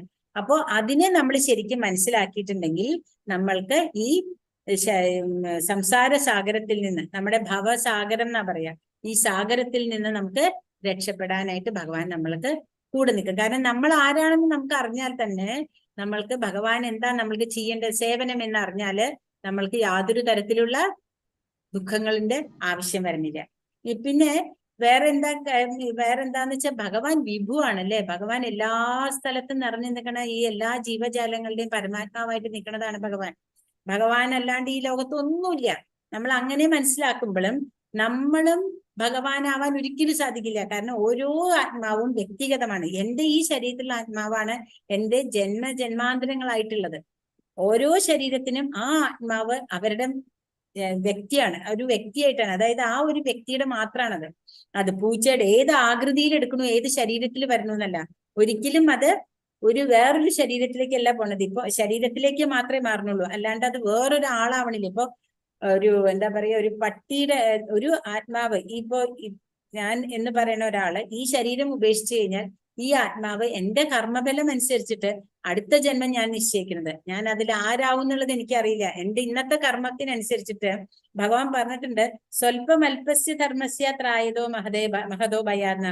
കുറച്ചെങ്കിലും നിങ്ങൾ ഭഗവാന് വേണ്ടി ചെയ്തിട്ടുണ്ടെങ്കിൽ വലിയ ഒരു ദുഃഖത്തിൽ അല്ലെങ്കിൽ വലിയൊരു അപകടത്തിൽ നിന്ന്, അതായത് നമ്മൾ പറഞ്ഞ ഇനിയൊരു എന്താ പറയുക 84 ലക്ഷം ജീവജാലങ്ങളിൽ നിന്നുള്ള ആ ഒരു ഇതിന് പകരം ഒരു മനുഷ്യജന്മം തന്നെ നമുക്ക് കിട്ടാം. അതും നല്ല ഒരു ഭക്തന്റെ കുടുംബത്തിൽ കിട്ടിയാൽ വളരെ നല്ലത്. അപ്പൊ അങ്ങനെ നമ്മൾക്ക് പോകണമെന്നുണ്ടെങ്കിൽ നമ്മൾ ഇപ്പോൾ അതിനെ അഭ്യസിക്കണം. അങ്ങനെയാണെങ്കിൽ മാത്രമേ നമുക്ക് പറ്റുള്ളൂ. അല്ലാണ്ട് നമ്മള് കുറെ എന്താ പറയാ ഭക്ഷണം കഴിക്കാനായിട്ട് എന്തിനേയും കൊന്ന് കഴിക്കുക അങ്ങനെയൊക്കെ ഉണ്ടല്ലോ. ആൾക്കാർ ചിലവർ എന്ത് വേണമെങ്കിലും കിട്ടിയാലും അതിനെ കഴിക്കുക എന്നുള്ള ഒരു ഇതുണ്ട്. അപ്പൊ അങ്ങനെയൊക്കെ വന്നു കഴിഞ്ഞാൽ നമ്മൾ തീരുമാനിച്ചോളൂ അവരുടെ അടുത്തൊരു ജന്മം വരാൻ പോണത് ഈ എത്ര എന്തിനെയൊക്കെ കൊന്നോ അതിനൊക്കെ ശേഷമേ നമ്മളൊക്കെ ഒരു മനുഷ്യജന്മത്തിലേക്ക് വരാൻ പറ്റുള്ളൂ. അപ്പോ കിട്ടിയ മനുഷ്യജന്മം വേണ്ട വിധത്തിൽ ഉപയോഗിക്കുക എന്നുള്ളതാണ് ബുദ്ധിമാൻ. അതിനാണ് ഭഗവാൻ പറയുന്നത് ബുദ്ധിമാനായിട്ടുള്ള ഒരാൾ ചെയ്യണത്. നമ്മൾ ജീവാത്മാക്കൾ അണുരൂപമാണ്, അണുവാണ്. ഭഗവാൻ വിഭുവാണ്. ഈ ലോകം മുഴുവനും നിറഞ്ഞു നിൽക്കുന്നതാണ് ഭഗവാൻ. പിന്നെ ഭഗവാൻ പറയാണ് സന്യാസസ്തു മഹാബാഹോ ദുഃഖമാപ്തുമയോഗദഃ യോഗയുക്തോ മുനിർബ്രഹ്മ അചിരേണാധിഗച്ഛതി. എല്ലാ കർമ്മങ്ങളും ത്യജിച്ചു എന്നിരിക്കലും ഭക്തിയുടെ സേവനത്തിൽ ഏർപ്പെടാതെ ആർക്കും സന്തുഷ്ടി നേടാനാവില്ല. ഭക്തിയുടെ സേവനത്തിൽ ഏർപ്പെട്ടിരിക്കുന്ന ചിന്താശാലിയായ ഒരു വ്യക്തി അജിരേണ പരമപദം പ്രാപിക്കും. ഇവിടെ ഭഗവാൻ നമുക്ക് തീർത്ത് പറഞ്ഞു തരികയാണ്. സന്യാസസ്തു മഹാബാഹോ ദുഃഖമാപ്തും അയോഗത യോഗയുക്തോ മുനിർബ്രഹ്മ അജിരേണാദി ഗച്ഛതി. അതായത് നമ്മള് എന്താണ് സന്യാസം എടുത്തു അല്ലെങ്കിൽ എല്ലാ കർമ്മം എടുത്തിട്ട് നമ്മൾ ഇങ്ങനെ വെറുതെ ഇരിക്കുക. അങ്ങനെ ഇന്നലെയും നമ്മൾ പറഞ്ഞില്ലേ, വെറുതെ ഇരിക്കുക എന്നുള്ളൊരു സംഭവമേ ഇല്ല. അതൊരിക്കലും നമുക്ക് ശരിയാവില്ല. മഹാബാഹോ ഇവിടെ പറയാണ്, മഹാബാഹു എന്ന് പറഞ്ഞാൽ വലിയ ബാഹുക്കളുള്ള ഇതാ. അർജുനോട് പറയാണ് എന്തൊക്കെ ഇനിയിപ്പോ നമ്മൾ എത്ര വലിയ സന്യാസം എടുത്തു എന്ന് പറഞ്ഞാലും ഭക്തിയുത സേവനം ചെയ്യാണ്ട് ഒരാൾക്കും ബ്രഹ്മപദത്തെ പ്രാപിക്കാനാവില്ല. അതിന് ചെയ്യണമെന്നുണ്ടെങ്കിൽ എന്താണ് ഈ ഭക്തിയുത സേവനം? നമ്മൾ പറഞ്ഞു നവവിധ ഭക്തിയെ പറ്റി നമ്മൾ ഇന്നലെ മനസ്സിലാക്കി. ഭഗവാന് വേണ്ടി ശ്രവണം, നമ്മൾ ഭഗവാന്റെ കാര്യങ്ങൾ ശ്രവിക്കുക, കേൾക്കുക, പറഞ്ഞു കൊടുക്കുക, ഇതൊക്കെ ഭക്തിയുത സേവനത്തിൽ വരും. അതുപോലെ തന്നെ ഭഗവാന്റെ സ്തുതികൾ പാടുക, ഭഗവാന് മാല കെട്ടിയിടുക, ഭഗവാന്റെ കീർത്തനങ്ങള് മറ്റുള്ളവർക്ക് ഭഗവാനെ പറ്റി പറഞ്ഞു കൊടുക്കുക. അതാണ് ശ്രവണം. കീർത്തനം എന്ന് പറഞ്ഞാൽ ഭഗവാനെ പറ്റി കീർത്തിക്കുക. പിന്നെ സ്മരണം, എപ്പോഴും ഭഗവാന്റെ സ്മരണയിലിരിക്കുക. ഇതൊക്കെ സാധ്യമാവോ എന്ന് വെച്ചാൽ നമ്മള് പ്രാക്ടീസിൽ കൂടെ നമുക്ക് പതുക്കെ ഇതിലേക്കെല്ലാം എത്താനായിട്ട് സാധിക്കും. അപ്പോ ഇവിടെ നമ്മൾക്ക് മനസ്സിലാക്കേണ്ട ഇതെന്താന്ന് വെച്ചാൽ സന്യാസം അല്ലെ, 2 തരത്തിലുള്ള സന്യാസികളുണ്ട്. അതായത് ഒന്ന് എല്ലാം ത്യജിച്ചിട്ട് മായാവാദികൾ എന്ന് പറയും. അവരെന്താ പറയാ, ഇങ്ങനെ ഒരു സംഭവം ഇല്ല, ഈ കാണുന്നത് ഭഗവാൻ എന്ന് പറഞ്ഞ ഒരു വ്യക്തി ഇല്ല, എല്ലാം ബ്രഹ്മം. അതായത് ഭഗവാന്റെ ഈ ബ്രഹ്മജ്യോതിസ് എന്ന് പറയുന്നത് ഭഗവാന്റെ ജ്യോതിസാണ്. അതാണ് നമ്മൾ ഈ കാണുന്ന ഈ ലോകം മുഴുവൻ നിറഞ്ഞു നിൽക്കുന്ന ഭഗവാനിൽ നിന്ന് വരുന്ന ജ്യോതിസാണ്. ഇപ്പൊ നമ്മളൊരു വിളക്ക് കത്തിക്കുമ്പോൾ നമ്മൾ സൂക്ഷിച്ചു നോക്കിയാൽ അറിയാം, വിളക്കിന് ഒരു നീല കളറിൽ ഒരു നാളം കാണാം. എന്നിട്ട് പിന്നെ അതിന് വേറൊരു ഒരു ആവരണം കൂടെ കാണും. അത് കഴിഞ്ഞിട്ട് അതിൽ നിന്ന് ഇങ്ങനെ പ്രകാശം വരണ കാണാം. നിങ്ങൾ ശരിക്കും ഒരു വിളക്ക് കത്തിച്ച് വെച്ച് നോക്കൂ. ഇന്ന് തന്നെ നോക്കിയാൽ നമുക്ക് അതിനെ ശ്രദ്ധിച്ചു നോക്കിയാൽ അറിയാം. അതിൽ നിന്ന് ഇങ്ങനെ രശ്മികള്, നമ്മള് സൂര്യന്റെ പറഞ്ഞു അല്ലെ, സൂര്യന്റെ രശ്മികൾ വരണു എന്ന്. അതുപോലെ ഭഗവാന്റെ ബ്രഹ്മജ്യോതിസാണ് ഈ അഖണ്ഡകോടി ബ്രഹ്മാണ്ടങ്ങൾ മുഴുവനും നിറഞ്ഞു നിൽക്കുന്നത്. ആ ബ്രഹ്മജ്യോതിസ് മാത്രമേ ഉള്ളൂ എന്നും അത് ഭഗവാൻ ഇല്ല എന്നും പറയണവരാണ് ഈ മായാവാദികൾ എന്ന് പറയുന്ന കൂട്ടര്. പക്ഷേ വൈഷ്ണവരെന്താ ചെയ്യണത്? വൈഷ്ണവരെന്ന് പറയുന്നത് ഭഗവാനെ സുപ്രീം, അതായത് ഭഗവാനാണ് പരമ ദിവ്യോത്തമ പുരുഷൻ എന്ന് മനസ്സിലാക്കുന്നവര് പഞ്ചരാത്ര വിധി പ്രകാരം ഭഗവാനെ പൂജിക്കുക, ഭഗവാന് വേണ്ടി സേവനങ്ങൾ ചെയ്യുക, ഭഗവാന്റെ കാര്യങ്ങൾ മറ്റുള്ളവർക്ക് പറഞ്ഞു കൊടുക്കുക. അങ്ങനെ ചെയ്തിട്ടുള്ള ഒരു വ്യക്തിയാണ് നമ്മൾ ഈ കാണുന്ന ശ്രീല പ്രഭുപാദ. ഇന്ന് ശ്രീല പ്രഭുപാദ പറഞ്ഞു ഞാൻ, ഇന്നത്തെ അദ്ദേഹത്തിന്റെ ഡിസപ്പിയറൻസ് ഡേ ആണ്. അപ്പോ അദ്ദേഹം ഉണ്ടായിരുന്നില്ല എന്നുണ്ടെങ്കിൽ കൃഷ്ണൻ എന്താണ്, കൃഷ്ണനെ കിട്ടണമെങ്കിൽ എന്ത് നമ്മൾ ചെയ്യണം, ഭഗവത്ഗീത എന്താണ് ഭഗവത്ഗീതയിൽ നമുക്ക് പറഞ്ഞു തന്നിട്ടുള്ളതെന്ന് ഒരിക്കലും മനസ്സിലാവിട്ടില്ല. കാരണം ഭഗവത്ഗീത ഈ ഇരിക്കുന്ന എല്ലാവരും ഒരു വിധത്തിൽ അല്ലെങ്കിൽ വേറൊരു വിധത്തിൽ വായിച്ചിട്ടുണ്ടായിരിക്കും, അല്ലെങ്കിൽ കേട്ടിട്ടുണ്ടാവും. പക്ഷെ ഒരിക്കലും ശ്രീല പ്രഭുപാദ പറഞ്ഞ പോലെ നമ്മൾ ആരിൽ നിന്നും ശ്രമിച്ചിട്ടുണ്ടാവില്ല. കാരണം ഇതിനെപ്പറ്റി ക്ലിയർ ആയിട്ട് അറിയാൻ പറ്റിയ ആരും ഉണ്ടായിരുന്നില്ല. അതുകൊണ്ടാണ് ഭഗവത്ഗീത നമ്മുടെ അവിടെ പല സന്യാസിമാരും പല ആളുകളും നല്ല ഭംഗിയായിട്ട് തന്നെ പറഞ്ഞു തന്നിട്ടുണ്ട്. ഇല്ലാന്നൊന്നും പറയാൻ പറ്റില്ല. പക്ഷെ അവരൊരിക്കലും ഭഗവാൻ ആരാണെന്ന് പറഞ്ഞു തന്നിട്ടില്ല. ഭഗവാന് കിട്ടണമെങ്കിൽ നമുക്ക് എന്ത് ചെയ്യണം എന്ന് പറഞ്ഞു തന്നിട്ടില്ല. അങ്ങനെ നമ്മൾ അറിഞ്ഞാൽ അതാണ് ഇസ്കോണിന്റെ ഏറ്റവും വലിയ ഒരു എന്താ പറയാ അനുഗ്രഹം. എന്താണ് ഞാൻ, എന്താണ് ഭഗവാൻ, അത് പറഞ്ഞു തരുന്നതാണ്. അത് പഠിക്കണം എന്നുണ്ടെങ്കിൽ നമ്മൾ ഇസ്കോണിൽ തന്നെ നിൽക്കണം. ഇവിടെ നിന്ന് മാത്രമേ ശരിക്കും ഭഗവാനെ കിട്ടണമെങ്കിൽ നമ്മൾ എന്ത് ചെയ്യണം, എങ്ങനെ ചെയ്താലാണ് നമുക്ക് ഭഗവാനെ കിട്ടുക എങ്ങനെ ചെയ്താലാണ് ഈ മനുഷ്യ ശരീരത്തിൽ നിന്ന് നമുക്കൊരു മോചനം ഉണ്ടാവുക എന്നെല്ലാം നമുക്ക് വളരെ ക്ലിയർ ആയിട്ട് പറഞ്ഞു തരികയാണ്. അപ്പോ ഈ ഭഗവാന്റെ നോളജ് നമ്മള് അതേപടി സ്വീകരിച്ചാൽ നമുക്കും ഈ ചക്രം, അതായത് ജന്മ മൃത്യു ജരാവ്യാധി എന്നുള്ള ചക്രത്തിൽ നിന്ന് രക്ഷ നേടാനായിട്ട് സാധിക്കും. അപ്പോ പറയാണ്, ഭക്തിയുക്ത സേവനത്തിൽ ഏർപ്പെട്ടിരിക്കുന്ന ഒരു വ്യക്തി അജിരേണ പരമപദം പ്രാപിക്കും. അപ്പൊ അങ്ങനെയുള്ള ഒരു വ്യക്തിക്ക് പിന്നെ തിരിഞ്ഞു നോക്കണ്ട, എപ്പോഴും ഭഗവാന്റെ ലോകത്തിലേക്ക്. ആ ബ്രഹ്മ ഭൂനാലോക പുനരാവർത്തിനോ അർജുന മാമുപേത്യത് കൗന്ദയ പുനർജന്മന വിദ്യതേ. ഭഗവാൻ എടുത്ത് പറയുന്നുണ്ട്, ഞാൻ എന്റെ ലോകത്തിൽ വന്നാല് നിങ്ങൾക്ക് ഒരിക്കലും തിരിച്ചു വരേണ്ട വരില്ല എന്ന് ഭഗവാൻ ഭഗവത്ഗീത പറഞ്ഞിട്ടുള്ളതാണ്. ഇത് ഞാൻ പറഞ്ഞതോ ആരും പറഞ്ഞതല്ല. ഞാൻ പറയണത് ആരാ? ഇതെന്റെ അല്ല, ഇതെന്റെ ഗുരു പറഞ്ഞു തന്നിട്ടുള്ളതാണ് ഞാൻ ഈ പറഞ്ഞത്. അല്ലെങ്കിൽ പ്രഭുപാദയുടെ ഗുരു പറഞ്ഞു തന്നിട്ടുള്ളതാണ് പ്രഭുപാദ നമ്മളോട് തന്നിട്ടുള്ളത്. ഇന്നലെ നമ്മൾ കണ്ടു ആ ഒരു ഇതല്ലേ, ഭഗവാനിൽ നിന്ന് വരുന്ന എന്താ പറയാ, ഗുരുപരമ്പര പറഞ്ഞു. ആ ഗുരുപരമ്പര എന്താണോ അവർക്ക് കിട്ടിയിട്ടുള്ളത് അത് അതേപടി നമുക്ക് തന്നിട്ടുള്ളൂ. അതിന് ഒരു എക്സ്ട്രാ എന്ന് പറയാനായിട്ട് ഒന്നും നമുക്ക് ഇടാനില്ല. ഇതൊന്നും നമ്മുടെ കഴിവല്ല ഈ പറയണത്. ഇതെല്ലാം നമ്മുടെ ഗുരു പറഞ്ഞു തന്നിട്ടുള്ളതിനെ അതേപടി നമ്മളിലേക്ക് എത്തിച്ച് തന്ന പ്രഭുപാദയ്ക്ക് നമ്മൾ നമസ്കാരം പറയാം. അതേപോലെ പ്രഭുപാദ പറയണത് എന്തെങ്കിലുമൊക്കെ എത്തിക്കാനായിട്ടുള്ള പരിശ്രമമാണ് ഞാനും ഇവിടെ ചെയ്തുകൊണ്ടിരിക്കുന്നത്. ഹരേ കൃഷ്ണ. അടുത്ത ശ്ലോകം നോക്കാം. അടുത്ത ശ്ലോകം, ബ്രഹ്മണ്യാദായ കർമാണി സംഗം ത്യക്ത്വാ കരോതി യഃ ലിപ്യതേന സ പാപേന പത്മപത്രമിവാംഭസ. ഇവാംഭസ അല്ലെ, പത്മം എന്ന് പറഞ്ഞാൽ താമരപ്പൂ. നമുക്കറിയാം താമരപ്പൂവിന്റെ മഹത്വം എന്താണ്. താമരപ്പൂ എത്ര ചെളിയുള്ള ജലത്തിലാണെന്നുണ്ടെങ്കിലും അതിന്റെ പൂ വിടരുന്നുണ്ടെങ്കിൽ വെള്ളത്തിന്റെ മുകളിലേക്ക് വരും അല്ലെ. വെള്ളത്തിന്റെ മുകളിലേക്ക് വരുന്ന മാത്രല്ല, ആ പൂവോ അല്ലെങ്കിൽ അതിന്റെ ഇലകൾക്കോ വെള്ളമായിട്ട് യാതൊരു തരത്തിലുള്ള ബന്ധമില്ല. വെള്ളത്തിൽ എത്ര ചെളി വെള്ളത്തിൽ കിടന്നാലും അത് ഒരിക്കലും അതിന് ഇതാവണില്ല, ആസക്തി ഇല്ല അല്ലെ. അപ്പൊ ആസക്തി കൂടാതെ ഫലത്തെ പരമപുരുഷന് സമർപ്പിച്ചുകൊണ്ട് തന്റെ കർത്തവ്യങ്ങൾ അനുഷ്ഠിക്കുന്ന ഒരാളെ താമര ഇലയിലെ വെള്ളം എന്ന പോലെ ദുഷ്കർമ്മങ്ങൾ ബാധിക്കുകയില്ല.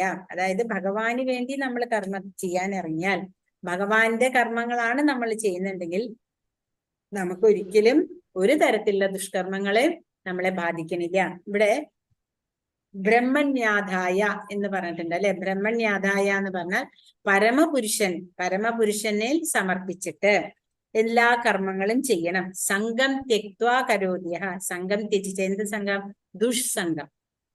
അതായത് നമ്മള് സത്സംഗം നമ്മൾ എപ്പോഴും കേൾക്കാറുള്ള ഒരു സംഘം. എവിടെയാണ്? ഞങ്ങൾ ഇവിടെ സത്സംഗത്തിൽ പോയിട്ട് വരികയാണെന്ന് നമ്മളിപ്പോ സാധാരണയായിട്ട് ഉപയോഗിക്കുന്ന ഒരു കാര്യമാണ്.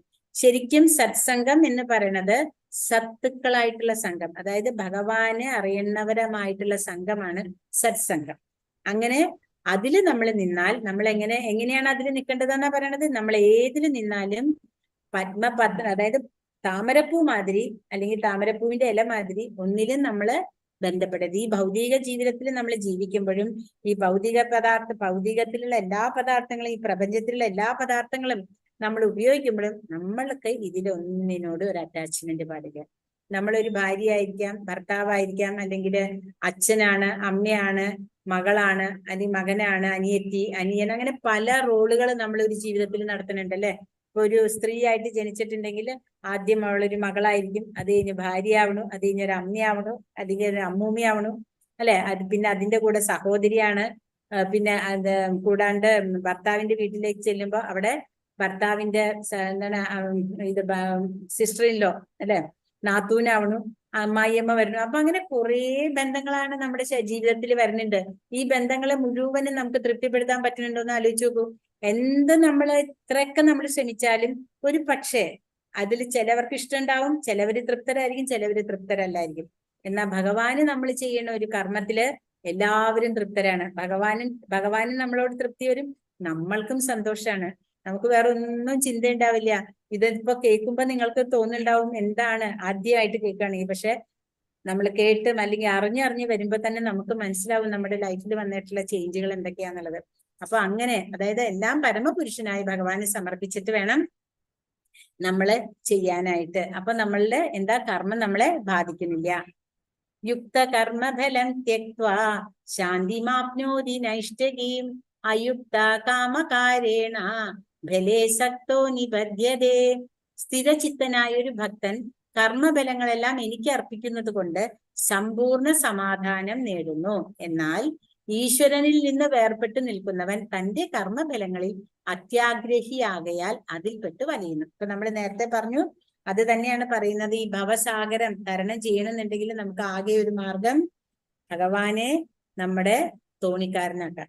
ഭഗവാനാകുന്ന സാരഥിയുടെ കൂടെ നമ്മൾ യാത്ര ചെയ്താൽ നമ്മുടെ ശരീരമാകുന്ന ഈ രഥം അല്ലെങ്കിൽ തോണിയാവുന്ന ഈ രഥം ശരിയായിട്ടുള്ള ഒരു കരയില് നമ്മുടെ ഗുരു കൊണ്ടുവന്ന് നമ്മളെ എത്തിക്കും. ഗുരുവാണ് നമ്മുടെ തോണിക്കാരൻ. ഗുരു നമ്മളെ എവിടെ കൊണ്ടെത്തിക്കും? ഭഗവാന്റെ പാദങ്ങളിൽ കൊണ്ടെത്തിക്കും. അതാണ് ഗുരുവിന്റെ മഹത്വം. അപ്പോ നമ്മൾക്ക് എപ്പോഴും ഇപ്പോൾ ഉള്ള കുട്ടികൾക്ക് പ്രത്യേകിച്ച് ഗുരു എന്ന് പറയുന്നതിനോട് അത്രയ്ക്കുള്ള ഒരു ഇത് അറിയണില്ല. പ്രത്യേകിച്ച് ആധ്യാത്മികതയില് നമ്മൾ ഗുരുവിന് വളരെയധികം ഇമ്പോർട്ടൻസ് കൊടുക്കണം. കാരണം ഭഗവാന്റെ കാര്യങ്ങൾ പറഞ്ഞു തരുന്ന ഒരാള് ഗുരുവാണ്. ഞാനല്ലാട്ടോ പറയണത്, നമ്മുടെ ഗുരു എന്ന് പറയുന്നത് നമ്മുടെ ജയപതാക സ്വാമി ഗുരു മഹാരാജാണ്. ഇപ്പോ അദ്ദേഹത്തിൽ നിന്ന് നമുക്ക് കിട്ടണ ആ ഒരു അറിവും, അതുപോലെ അദ്ദേഹത്തിൽ നിന്നുള്ള എന്താ പറയാ, നമ്മുടെ ഇപ്പൊ നാമനിഷ്ഠ പ്രഭുജി അവരെ പോലെ ആ തലത്തിലേക്കുള്ള ആൾക്കാര് നമ്മളൊക്കെ അതിന്റെ ചെറിയ ചെറിയ കണ്ണികളായിട്ട് പറഞ്ഞു തരാനായിട്ടുള്ള ശ്രമത്തിലാണ്. പക്ഷെ ഭഗവാന്റെ കാര്യം നമുക്ക് ആര് പറഞ്ഞു തന്നാലും അതിനെ നമ്മൾ ഒരിക്കലും ചെറുതായിട്ട് കാണരുത്. അത് വളരെയധികം, അതായത് ഗുരുവിന് മാത്രമേ നമ്മളെ ഈ ഇതിൽ നിന്ന് നമുക്ക് 4 തരം ഗുരുക്കന്മാരുണ്ട്. അതൊക്കെ നമുക്ക് പറഞ്ഞുതരാം. അതായത് അതിലൊന്നാണ് ശിക്ഷാഗുരു, ദീക്ഷാഗുരു. ദീക്ഷ എന്ന് പറയുന്നത് നമുക്ക് ഹരിനാമം നമുക്ക് ആരാണോ പറഞ്ഞു തരുന്നത് ആ ഗുരുവാണ് ദീക്ഷാഗുരു. ശിക്ഷാഗുരു എന്ന് പറഞ്ഞാൽ ഭഗവാന്റെ കാര്യങ്ങൾ പറഞ്ഞു തരുന്നതും ദീക്ഷാഗുരുവിനെ കാണിച്ചു തരുന്നതും ശിക്ഷാഗുരുവാണ്. അപ്പൊ ശിക്ഷാഗുരുവിൽ കൂടിയാണ്, കാരണം ഭഗവാന്റെ കാര്യങ്ങളും ദീക്ഷാഗുരുവിനെ എല്ലാം നമുക്ക് പറഞ്ഞു തരാൻ പറ്റില്ല അല്ലെ. അപ്പോ ഈ ശിക്ഷാഗുരുവിൽ കൂടിയാണ് നമുക്ക് അധികം കാര്യങ്ങളെല്ലാം മനസ്സിലാക്കുന്നതും. അങ്ങനെയാണ് ദീക്ഷാഗുരുവിലേക്ക് ശിക്ഷാഗുരുവാണ് എത്തിക്കുന്നത്. പിന്നെ ഭഗവാൻ തന്നെ നമ്മുടെ മനസ്സിൽ ചൈത്യഗുരു ആയിട്ട് സ്ഥിതി ചെയ്യുന്നുണ്ട്. ഇതൊന്നും അറിയാണ്ട് ചിലപ്പോ ഒരു വാട്സാപ്പിൽ കൂടിയോ അല്ലെങ്കിൽ ആരെങ്കിലും ഒരു സുഹൃത്ത് പറഞ്ഞിട്ടോ ആയിരിക്കും നമ്മൾ ഇതിലേക്ക് വരുന്നത്. അവർക്കും ഒരു ചെറിയ ഗുരുവിന്റെ സ്ഥാനമാണ്. അപ്പൊ അങ്ങനെയാണ് നമ്മൾ ഗുരുപരമ്പര. അപ്പൊ എല്ലാ ഗുരുക്കന്മാരെയും നമ്മൾ സേവിക്കുക അല്ലെങ്കിൽ നമ്മൾ ബഹുമാനിക്കണം. അങ്ങനെ നമ്മൾ പോകുമ്പോൾ ഈ ഭവസാഗരം തരണം ചെയ്യാനായിട്ട് നമുക്ക് വേണ്ട മാർഗം ലഭിക്കുന്നതാണ്. ന കർത്തൃത്വം ന കർമാണി ലോകസ്യാസൃജതി പ്രഭുഃ ന കർമ്മഫല സംയോഗം സ്വഭാവസ്തു പ്രവർത്തതേ. നമ്മൾ നേരത്തെ മനസ്സിലാക്കി, പ്രകൃതേ ക്രിയമാണാനി ഗുണേ കർമാണി സർവശഃ അഹങ്കാര വിമൂഢാത്മാ കർത്താഹമിതി മന്യതേ. അതായത് ഈ പ്രകൃതിയുടെ 3 ഗുണങ്ങളാണ് നമ്മളെ കൊണ്ട് എല്ലാം ചെയ്യിപ്പിക്കുന്നത്. അല്ലാണ്ട് ഇത് എന്താ പറയാ, ഈ 3 ഗുണങ്ങൾക്ക് അനുസരിച്ചിട്ടുള്ള ശരീരത്തിൽ ഇരുന്നാണ് നമ്മൾ ഓരോ കർമ്മങ്ങളും ചെയ്യണത്. അതുകൊണ്ട് നമ്മൾ എന്ത് വിചാരിക്കണം? വിദ്യാഹങ്കാരം കൊണ്ട് ഞാനാണ് ഇതൊന്ന് ചെയ്യണു അല്ലെ. ഇവിടെ എന്താ പറയുന്നത്? ശരീരസ്ഥനായ ആത്മാവ് തന്റെ ശരീരമാകുന്ന പുരത്തിന്റെ ഉടമസ്ഥൻ. കർമ്മങ്ങൾ ഉണ്ടാക്കുന്നില്ല. ആത്മാവിന് ഇതുമായിട്ട് ഒരു ബന്ധമില്ല. നമ്മുടെ മനസ്സ് എന്തെങ്കിലുമൊക്കെ നമ്മൾ തീരുമാനിക്കും, ബുദ്ധി അപ്പൊ നമുക്ക് പറഞ്ഞു തരും ഇത് വേണ്ട ഇത് വേണം എന്ന് ബുദ്ധി നമ്മളോട് പറഞ്ഞു തരും. അപ്പോഴും നമ്മുടെ മനസ്സ് സമ്മതിക്കില്ല, നമുക്കത് വേണം വേണം എന്നുള്ള ആഗ്രഹം. അപ്പൊ നമ്മൾ എന്താ ചെയ്യണത്? നമ്മൾ നേരത്തെ പറഞ്ഞു, അറിയാണ്ട് പോലും നമ്മൾ തെറ്റുകൾ ചെയ്യാനായിട്ട് നമുക്കതിന് സാധ്യത ഉണ്ടാവുക അല്ലെ. അപ്പോ ശരീരസ്ഥനായ ആത്മാവ് തന്റെ ശരീരമാകുന്ന പുരത്തിന്റെ ഉടമസ്ഥൻ കർമ്മങ്ങൾ ഉണ്ടാക്കുന്നില്ല, കർമ്മം ചെയ്യാൻ പ്രേരിപ്പിക്കുന്നുമില്ല, കർമ്മഫലങ്ങൾ ഉണ്ടാക്കുന്നതുമില്ല. പ്രകൃതിയിലെ ത്രിഗുണങ്ങളാണ് ഇവയ്ക്കെല്ലാം കാരണം. അപ്പോ ഈ കർമ്മഫലങ്ങൾക്കും അല്ലെങ്കിൽ കർമ്മങ്ങൾ ചെയ്യിക്കാനും കർമ്മത്തിന്റെ കാരകനെല്ലാം ഈ പ്രകൃതിയിലെ 3 ഗുണങ്ങളാണ്. അല്ലാണ്ട് ശരീരസ്ഥനായ ആത്മാവ് ആ ഒരു എന്താ പറയാ, ഒരു മരത്തില് പക്ഷികൾ ഇരിക്കുമ്പോ ആ പക്ഷി ആ മരത്തില് നമ്മൾ ചെയ്യണതെല്ലാം കണ്ടുകൊണ്ടിരിക്കുകയാണെങ്കിൽ ആ മരത്തില് വേറെ വല്ല അണ്ണാൻ അങ്ങനെയുള്ളതൊക്കെ വന്ന് ഓടി വന്ന് ഭക്ഷണം കഴിക്കുമ്പോൾ ഇതിങ്ങനെ നോക്കിക്കൊണ്ടിരിക്കുകയാണെങ്കിൽ അതന്നല്ലോ ഉത്തരവാദിയില്ലേ. അപ്പോ അതേപോലെ തന്നെ ശരീരസ്ഥനായ ആത്മാവ് തന്റെ ശരീരമാവുന്ന പുരത്തിന് ഉടമസ്ഥനാണ്. ഈ ശരീരത്തില് ജീവാത്മാവുണ്ട്, പരമാത്മാവുണ്ട്. അപ്പൊ ഈ ജീവാത്മാവെന്ന് പറയണത് പരമാത്മാവിന്റെ നമ്മൾ ആഗ്രഹിക്കുന്നു പരമാത്മാവ് നമുക്കത് നടത്തി തരണം. പക്ഷെ ഇതിനെല്ലാത്തിനും പുറകിൽ ആരാ ഉള്ളത്? പ്രകൃതിയുടെ 3 ഗുണങ്ങളാണ്. തദ്ബുധയസ്തദാത്മാനാ തന്നിഷ്ടാസ്തത്പരായണാഃ ഗച്ഛന്ത്യാ പുനരാവൃത്തി ജ്ഞാനനിർധൂത കൽമഷാം. ബുദ്ധിയും മനസ്സും വിശ്വാസവും ആശ്രയവും എല്ലാം പരമ്പൊരുളിൽ ഉറപ്പിച്ചു നിർത്തുമ്പോൾ പരിപൂർണ ജ്ഞാനത്താൽ സംശയങ്ങൾ ഒഴിഞ്ഞ് മുക്തിമാർഗത്തിൽ മുന്നേറുന്നു. നമുക്ക് പ്രഭുപാദ എല്ലാം പറഞ്ഞു തരുന്നത് എന്താന്ന് വെച്ചാൽ, ഈ ശരീരം നമ്മൾ കിട്ടിയിട്ട് ഈ ശരീരത്തിനെ വേണ്ട വിധം ഉപയോഗിക്കാണ്ട് ഇപ്പോ ഇതില് വന്നിട്ട് നമ്മൾക്ക് ഇത് കേൾക്കാൻ പറ്റണു എന്ന് പറയുന്നത് തന്നെ വലിയ ഭഗവാന്റെ അനുഗ്രഹമാണ്. എന്നാൽ എല്ലാവർക്കും ഇത് സാധിക്കില്ല. അപ്പൊ ചോദിക്കും, നമ്മളത് പറയണത് വെറുതെ പറയണതല്ല. ഇന്നലെ നമ്മൾ പറഞ്ഞു, നമ്മുടെ പരിശ്രമം ഭഗവാന്റെ കാരുണ്യം ഉണ്ടെങ്കിൽ മാത്രമേ ഏതൊരു ഭഗവാന്റെ കാര്യത്തെ കുറിച്ച് ചെയ്യാനും പറയാനും നമ്മളെ കൊണ്ട് സാധിക്കും. പലപ്പോഴും നമ്മൾ പോലും അറിയാറുണ്ട് അജ്ഞാത സുഹൃതികളാണ് നമ്മളൊക്കെ. കാരണം എവിടെയെങ്കിലും അമ്പലത്തിലൊക്കെ ചെല്ലുമ്പോഴായിരിക്കും അവിടുത്തെ ആ സമയത്ത് പൂജ നമുക്ക് തൊഴാൻ പറ്റുക, അല്ലെങ്കിൽ എന്തെങ്കിലും ഒരു പ്രസാദം നമുക്ക് കിട്ടുക. അപ്പൊ നമ്മളൊരു ഭയങ്കര സന്തോഷം, ഞാൻ ഒട്ടും അറിയാണ്ടാണ് എനിക്ക് ആ സംഭവം കിട്ടിയത്. ഭഗവാൻ അറിയാൻ നമുക്കത് ആഗ്രഹം ഉണ്ടായിരുന്നു, എപ്പോഴെങ്കിലും നമ്മൾ ആഗ്രഹിച്ചിട്ടുണ്ടാവും, അതായിരിക്കും നമുക്കത് അവിടെ കിട്ടിയത്. അപ്പോ നമുക്ക് എപ്പോഴും വേണ്ടത് എന്താണോ, ഭഗവാനില് ഉറച്ച വിശ്വാസം. വിശ്വാസം ഇല്ലാണ്ട് സംശയ രൂപത്തിൽ ഒരിക്കലും നമുക്ക് ഭഗവാനെ മനസ്സിലാക്കാൻ പറ്റില്ല. അപ്പൊ ബുദ്ധിയും മനസ്സും വിശ്വാസവും ആശ്രയവും എല്ലാം പരമ്പൊരുളായ കൃഷ്ണനിൽ ഉറപ്പിച്ചു നിർത്തുമ്പോൾ പരിപൂർണ ജ്ഞാനത്താൽ സംശയങ്ങൾ ഒഴിഞ്ഞ് നമുക്ക് മുക്തിമാർഗത്തിൽ മുന്നേറാൻ സാധിക്കും. ഇവിടെ ഭഗവാൻ നമുക്ക് ഒരു കാര്യം പറഞ്ഞു തരുന്നുണ്ട്. എപ്പോഴും ഭഗവത്ഗീതയിൽ ഒരു പ്രധാന കാര്യം എന്താ വെച്ചാൽ, ഭഗവാനാണ് കേന്ദ്ര ബിന്ദു. ഭഗവാനെ മുൻനിർത്തിയിട്ടാണ് നമ്മളെല്ലാം പറയണത്, അല്ലെ? അതിന് ഭഗവാൻ നമുക്കൊരു ശ്ലോകം പറഞ്ഞു തന്നിട്ടുണ്ട്. മത്ത പരതരം നാസ്തി കിഞ്ചിദസ്തി ധനഞ്ജയ മൈ സർവമിതം പ്രോതം സൂത്രേ മണിഗണ ഇവ. നമ്മളെല്ലാവരും ചേലില മൗലിയിൽ പീലി ചാർത്തി എന്ന് പറഞ്ഞിട്ട് പണ്ടൊരു ഭഗവത്ഗീത ശ്ലോകം ഉണ്ട്. അതായത് എന്താണ്, നൂലിന്റെ മണി പോലെ, ഭഗവാന്റെ ഓരോ മണികൾ പോലെയാണ് നമ്മളെന്ന്. ആ നൂലിടയിലുള്ള മണികൾ പോലെയാണ് ഭഗവാന്റെ മുകളിൽ നമ്മൾ കോർത്തിരിക്കുന്നത്. അപ്പൊ സൂത്രേ മണിഗണ ഇവ, സൂത്രം എന്ന് പറഞ്ഞാൽ നൂല്. അപ്പൊ മണികൾ ഇങ്ങനെ, മുത്തുകൾ ഇങ്ങനെ മാല കോർത്ത പോലെയാണ് ഭഗവാനിൽ കണ്ട എല്ലാ ജീവജാലങ്ങളും. അപ്പോ അങ്ങനെ ഭഗവാൻ നമുക്ക് പറഞ്ഞു തരുമ്പോ ഇതിന്റെയൊക്കെ പുറകിൽ ആരാ? ആ നൂലാണ് ഭഗവാൻ. ഇതിനെല്ലാത്തിനെയും കോർത്തിട്ട് ഇങ്ങനെ നിറഞ്ഞു നിൽക്കുകയാണ് ഭഗവാൻ, അല്ലെ? ആ ഭഗവാനെ നമ്മൾ മനസ്സിലാക്കാനായിട്ട് ഭഗവാനോട് നമ്മൾക്ക് പ്രാർത്ഥിക്കാം. ഭഗവാനെ, എനിക്ക് ഭഗവാനെ പറ്റി മനസ്സിലാക്കി തരണേ. കാരണം അതിനുള്ള യോഗ്യത ഉണ്ടോന്നൊന്നും നമുക്ക് അറിയില്ല. അപ്പൊ നമ്മൾ അതിനു വേണ്ടി ഭഗവാനോട് പ്രാർത്ഥിക്കാം. അങ്ങനെ പരമസത്യം എന്ന് പറയുന്നത് പരമകഷ്ടത സുപ്രീമാണ്. അപ്പൊ ആ ഭഗവാനെ നമ്മള് എപ്പോഴും മനസ്സിലാക്കേണ്ടത് വ്യക്തി രൂപത്തിൽ തന്നെയാണ്. ഭഗവാനിൽ നിന്നാണ് ഈ ബ്രഹ്മം, പരമാത്മൻ, ബ്രഹ്മം, പരമാത്മാവ്, ഭഗവാൻ. ഇത് നമ്മൾ മനസ്സിലാക്കിയിട്ടുണ്ട്, അല്ലെ? അതായത് ഭഗവാൻ പറയുന്നുണ്ട്, ശ്വേതാശ്വരോപനിഷത്തിൽ പറയുന്നുണ്ട്, ബ്രഹ്മണ്യോഹി പ്രതിഷ്ഠാഹം. അതായത് കൃഷ്ണാവബോധം സിദ്ധിച്ചു കഴിഞ്ഞാൽ കൃഷ്ണനിൽ നിന്നാണ് എല്ലാം ഉണ്ടാവുന്നത്. കൃഷ്ണൻ എന്താ ഇല്ലാത്ത? കൃഷ്ണന് ഈ ദ്വന്ദ്ഭാവങ്ങളൊന്നുമില്ല. ഭഗവാൻ എപ്പോഴും എല്ലാത്തിലും ഉണ്ട്, എന്നാ ഒന്നിലും ഇല്ല. ഇപ്പൊ നമ്മള് ഭഗവാൻ സമുദ്രമാണെങ്കിൽ നമ്മൾ സമുദ്രത്തിലെ ഒരു തുള്ളിയാണ്. ഭഗവാൻ വലിയ തീയാണെങ്കിൽ നമ്മൾ അതിലൊരു തീപ്പൊരിയാണ്. ഈ തീപ്പൊരിക്കാണെങ്കിലും ഈ ജലത്തിലെ സമുദ്രത്തിലെ വെള്ളത്തിലാണെങ്കിലും ഗുണങ്ങളെല്ലാം ഒന്ന് തന്നെയായിരിക്കും സമുദ്രം. പക്ഷെ അളവില് കുറവല്ലേ? അതാണ് അളവില്, ഭഗവാന്റെ അത്ര അളവില് നമുക്ക് നമ്മൾ പറഞ്ഞു നേരത്തെ, നമ്മളെല്ലാം ഭഗവാന്റെ അംശമാണ്. നമുക്ക് ഭഗവാന്റെ ഗുണങ്ങളുണ്ട്, പക്ഷെ ഭഗവാന്റെ അത്ര ക്വാളിറ്റി ഉണ്ട്, ക്വാണ്ടിറ്റി ഇല്ല. ഭഗവാന്റെ അത്ര അളവില് നമുക്കില്ല, പക്ഷെ നമ്മുടെ ഭഗവാന്റെ ഗുണങ്ങൾ നമ്മളിലുണ്ട്. അപ്പൊ അത് മനസ്സിലാക്കി നമ്മൾ എന്ത് ചെയ്യണം? ഭഗവാൻ പറഞ്ഞു തന്നിട്ടുള്ളതിനെ എല്ലാത്തിനെയും നമ്മൾ മനസ്സിലാക്കാനായിട്ട് ശ്രമിക്കണം. നമ്മൾ പറഞ്ഞു ബ്രഹ്മൻ, പരമാത്മാവ്, ഭഗവാൻ. കണ്ടോ? ഭഗവാന്റെ ഈ കാണുന്ന ഭഗവാൻ നമുക്ക് തോന്നും ഭഗവാൻ നമുക്ക് വേണ്ടിയാണ് ലീലകള്, ഭക്തന്മാർക്കല്ലേ. പരിത്രാണായ സാധുനം വിനാശായിച്ച ദുഷ്കൃത ധർമ്മ സംസ്ഥാപനാവർത്തായ സംഭവാമി യുഗേ യുഗേ, അല്ലെ? അപ്പൊ ഭഗവാൻ ഭക്തന്മാർക്ക് വേണ്ടിയിട്ട്, സാധുക്കൾക്ക് വേണ്ടിയിട്ടാണ് ഭഗവാൻ വന്നിട്ട് അവതരിക്കുന്നത്. കാരണം ഭഗവാന്റെ ഭക്തന്മാർക്ക് വേണ്ടി, അല്ലാണ്ട് കംസനെ കൊല്ലാനോ രാവണനെ കൊല്ലാനോ അല്ല. ഭഗവാനെ വേണ്ടി ഇപ്പൊ രാമായണത്തിലാണ് ഈ ശബരി ഭഗവാനെ കാത്തിരിക്കുക. എത്ര യുഗങ്ങൾ കഴിഞ്ഞാലും അല്ല, വർഷങ്ങൾ കഴിഞ്ഞാലും ഭഗവാനെ കാണാണ്ട് പോവാൻ പറ്റില്ല എന്ന് പറഞ്ഞിട്ടല്ലേ. അപ്പൊ ആ ശബരിയെ പോലെയുള്ളവർ, അഹല്യ മോക്ഷം കിട്ടണമെങ്കിൽ ഭഗവാൻ വരണം, എന്നാലേ അഹല്യക്ക് മോക്ഷം കിട്ടുള്ളൂ.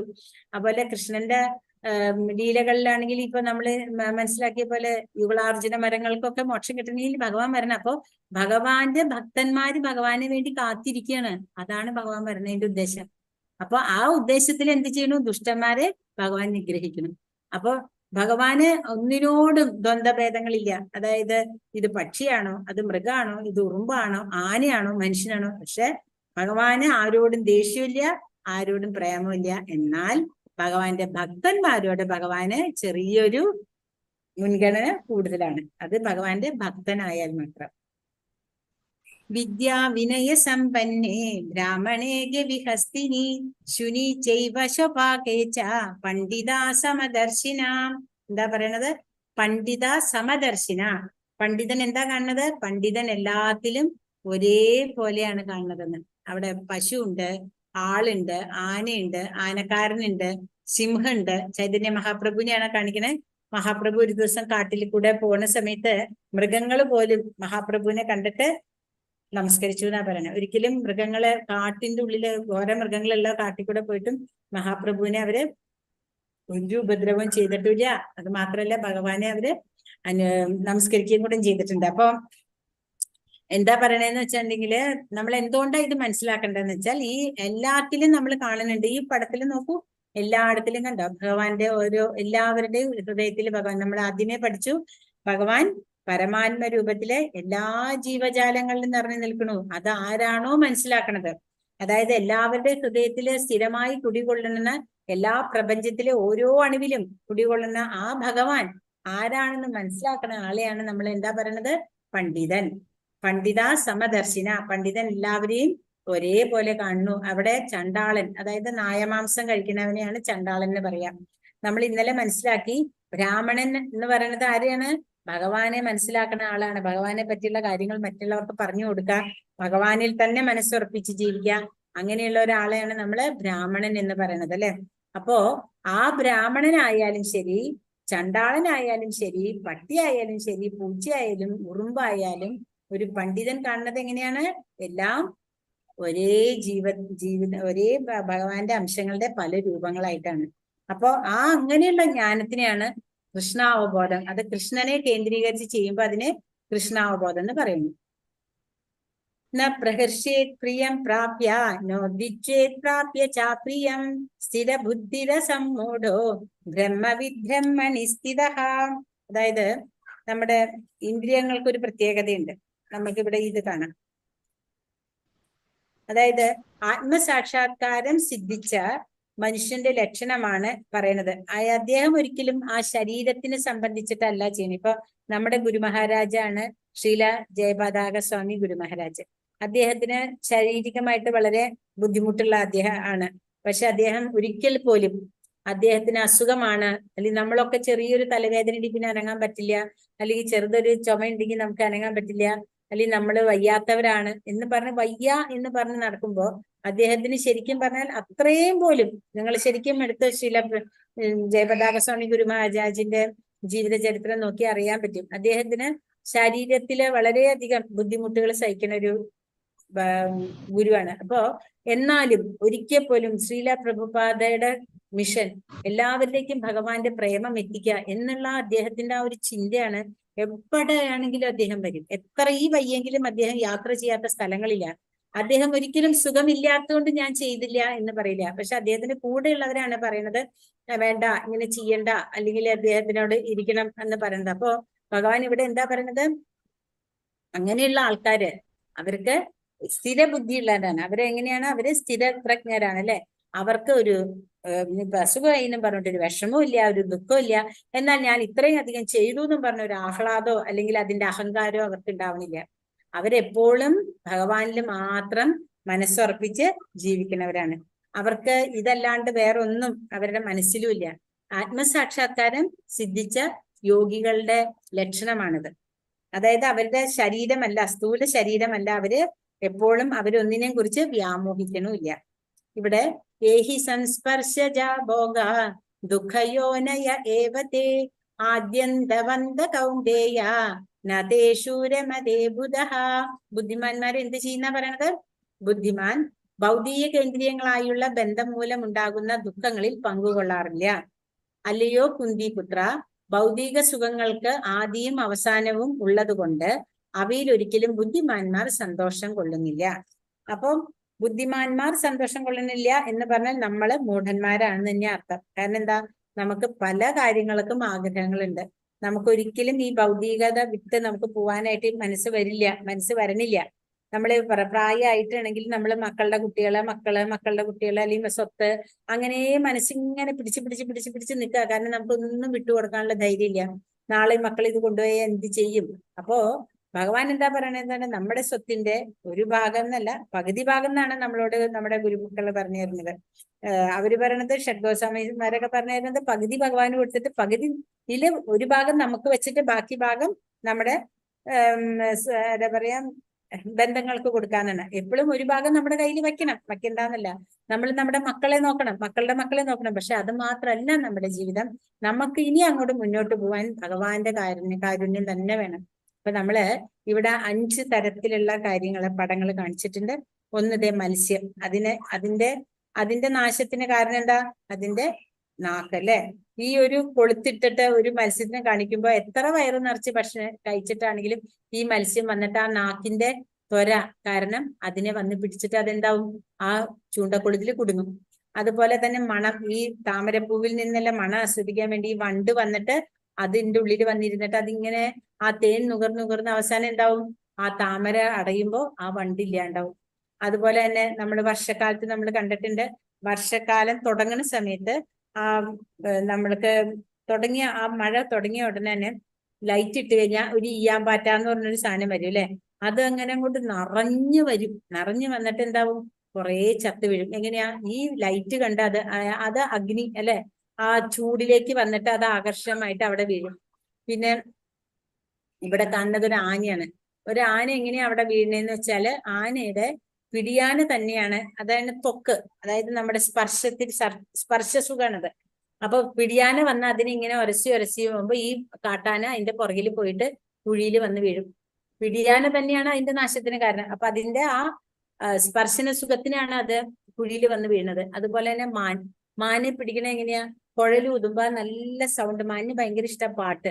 അപ്പൊ ആ ഒരു ശബ്ദത്തിന് വേണ്ടിയിട്ട് മാൻ അതിന്റെ പുറകിൽ പോയിട്ട് മാനും ചെന്ന് വീഴും. അപ്പൊ എന്താ പറയണത്?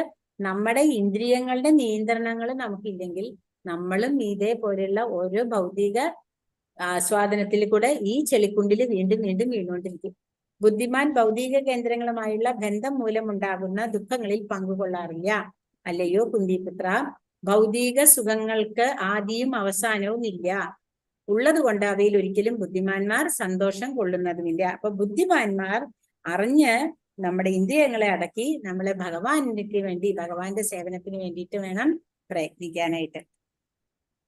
ലബന്ധേന് ബ്രഹ്മനിർവാണ മൃഷയ ക്ഷീണ കൽമഷ ചിന്നദ്വൈതായതാത്മാന സർവഭൂതഹിതേരതാഹ. സംശയങ്ങളിൽ നിന്ന് ഉത്ഭവിക്കുന്ന ദ്വന്ദ്ങ്ങൾക്ക് അതീതരായവരും മനസ്സ് തന്നിൽ തന്നെ വ്യാപരിക്കുന്നവരും എപ്പോഴും സകല ജീവജാലങ്ങളുടെയും ക്ഷേമ ഐശ്വര്യ പ്രവർത്തനങ്ങളിൽ തിരക്കിട്ട് പ്രവർത്തിച്ചു കൊണ്ടിരിക്കുന്നവരും സർവപാപങ്ങളിൽ നിന്ന് മോചനം നേടിയവരുമായിട്ടുള്ളവർ ബ്രഹ്മനിർവാണം പോകുന്നു. ഇവിടെ പറയണു ബ്രഹ്മനിർവാണം എങ്ങനെയാണ് പോകുന്നത്. അതായത് കൃഷ്ണനുമായുള്ള ബന്ധത്തിനെ കുറിച്ച് ശരിക്കും മനസ്സിലാക്കുന്ന ആൾക്കാര് ഭൗതിക ശരീരത്തിൽ തന്നെ ഇരിക്കുമ്പോ തന്നെ, ഭൗതിക ശരീരത്തിലായിരിക്കും നമ്മൾ ഇരിക്കുമ്പോ തന്നെ മുക്തരാണ്. ഇന്നിപ്പോ ആദ്യമേ പറഞ്ഞതാണ് ശീലപ്രഭുപാദരുടെ തിരോധാന ദിവസമാണ്. അതായത് 1896 അദ്ദേഹം ഭൂജാതനായത്. 1977 നവംബർ 17 അദ്ദേഹം കൽക്കട്ടയിൽ വെച്ചിട്ട് അദ്ദേഹം ശരീരം ഉപേക്ഷിക്കുന്നത്. അപ്പോ അദ്ദേഹം വൃന്ദാവനത്തിൽ വെച്ചിട്ടാണ് ശരീരം ഉപേക്ഷിക്കുന്നത്. 1965 അദ്ദേഹം US പോയി. 1966 അദ്ദേഹം ഇസ്കോൺ സ്ഥാപിക്കുന്നത്.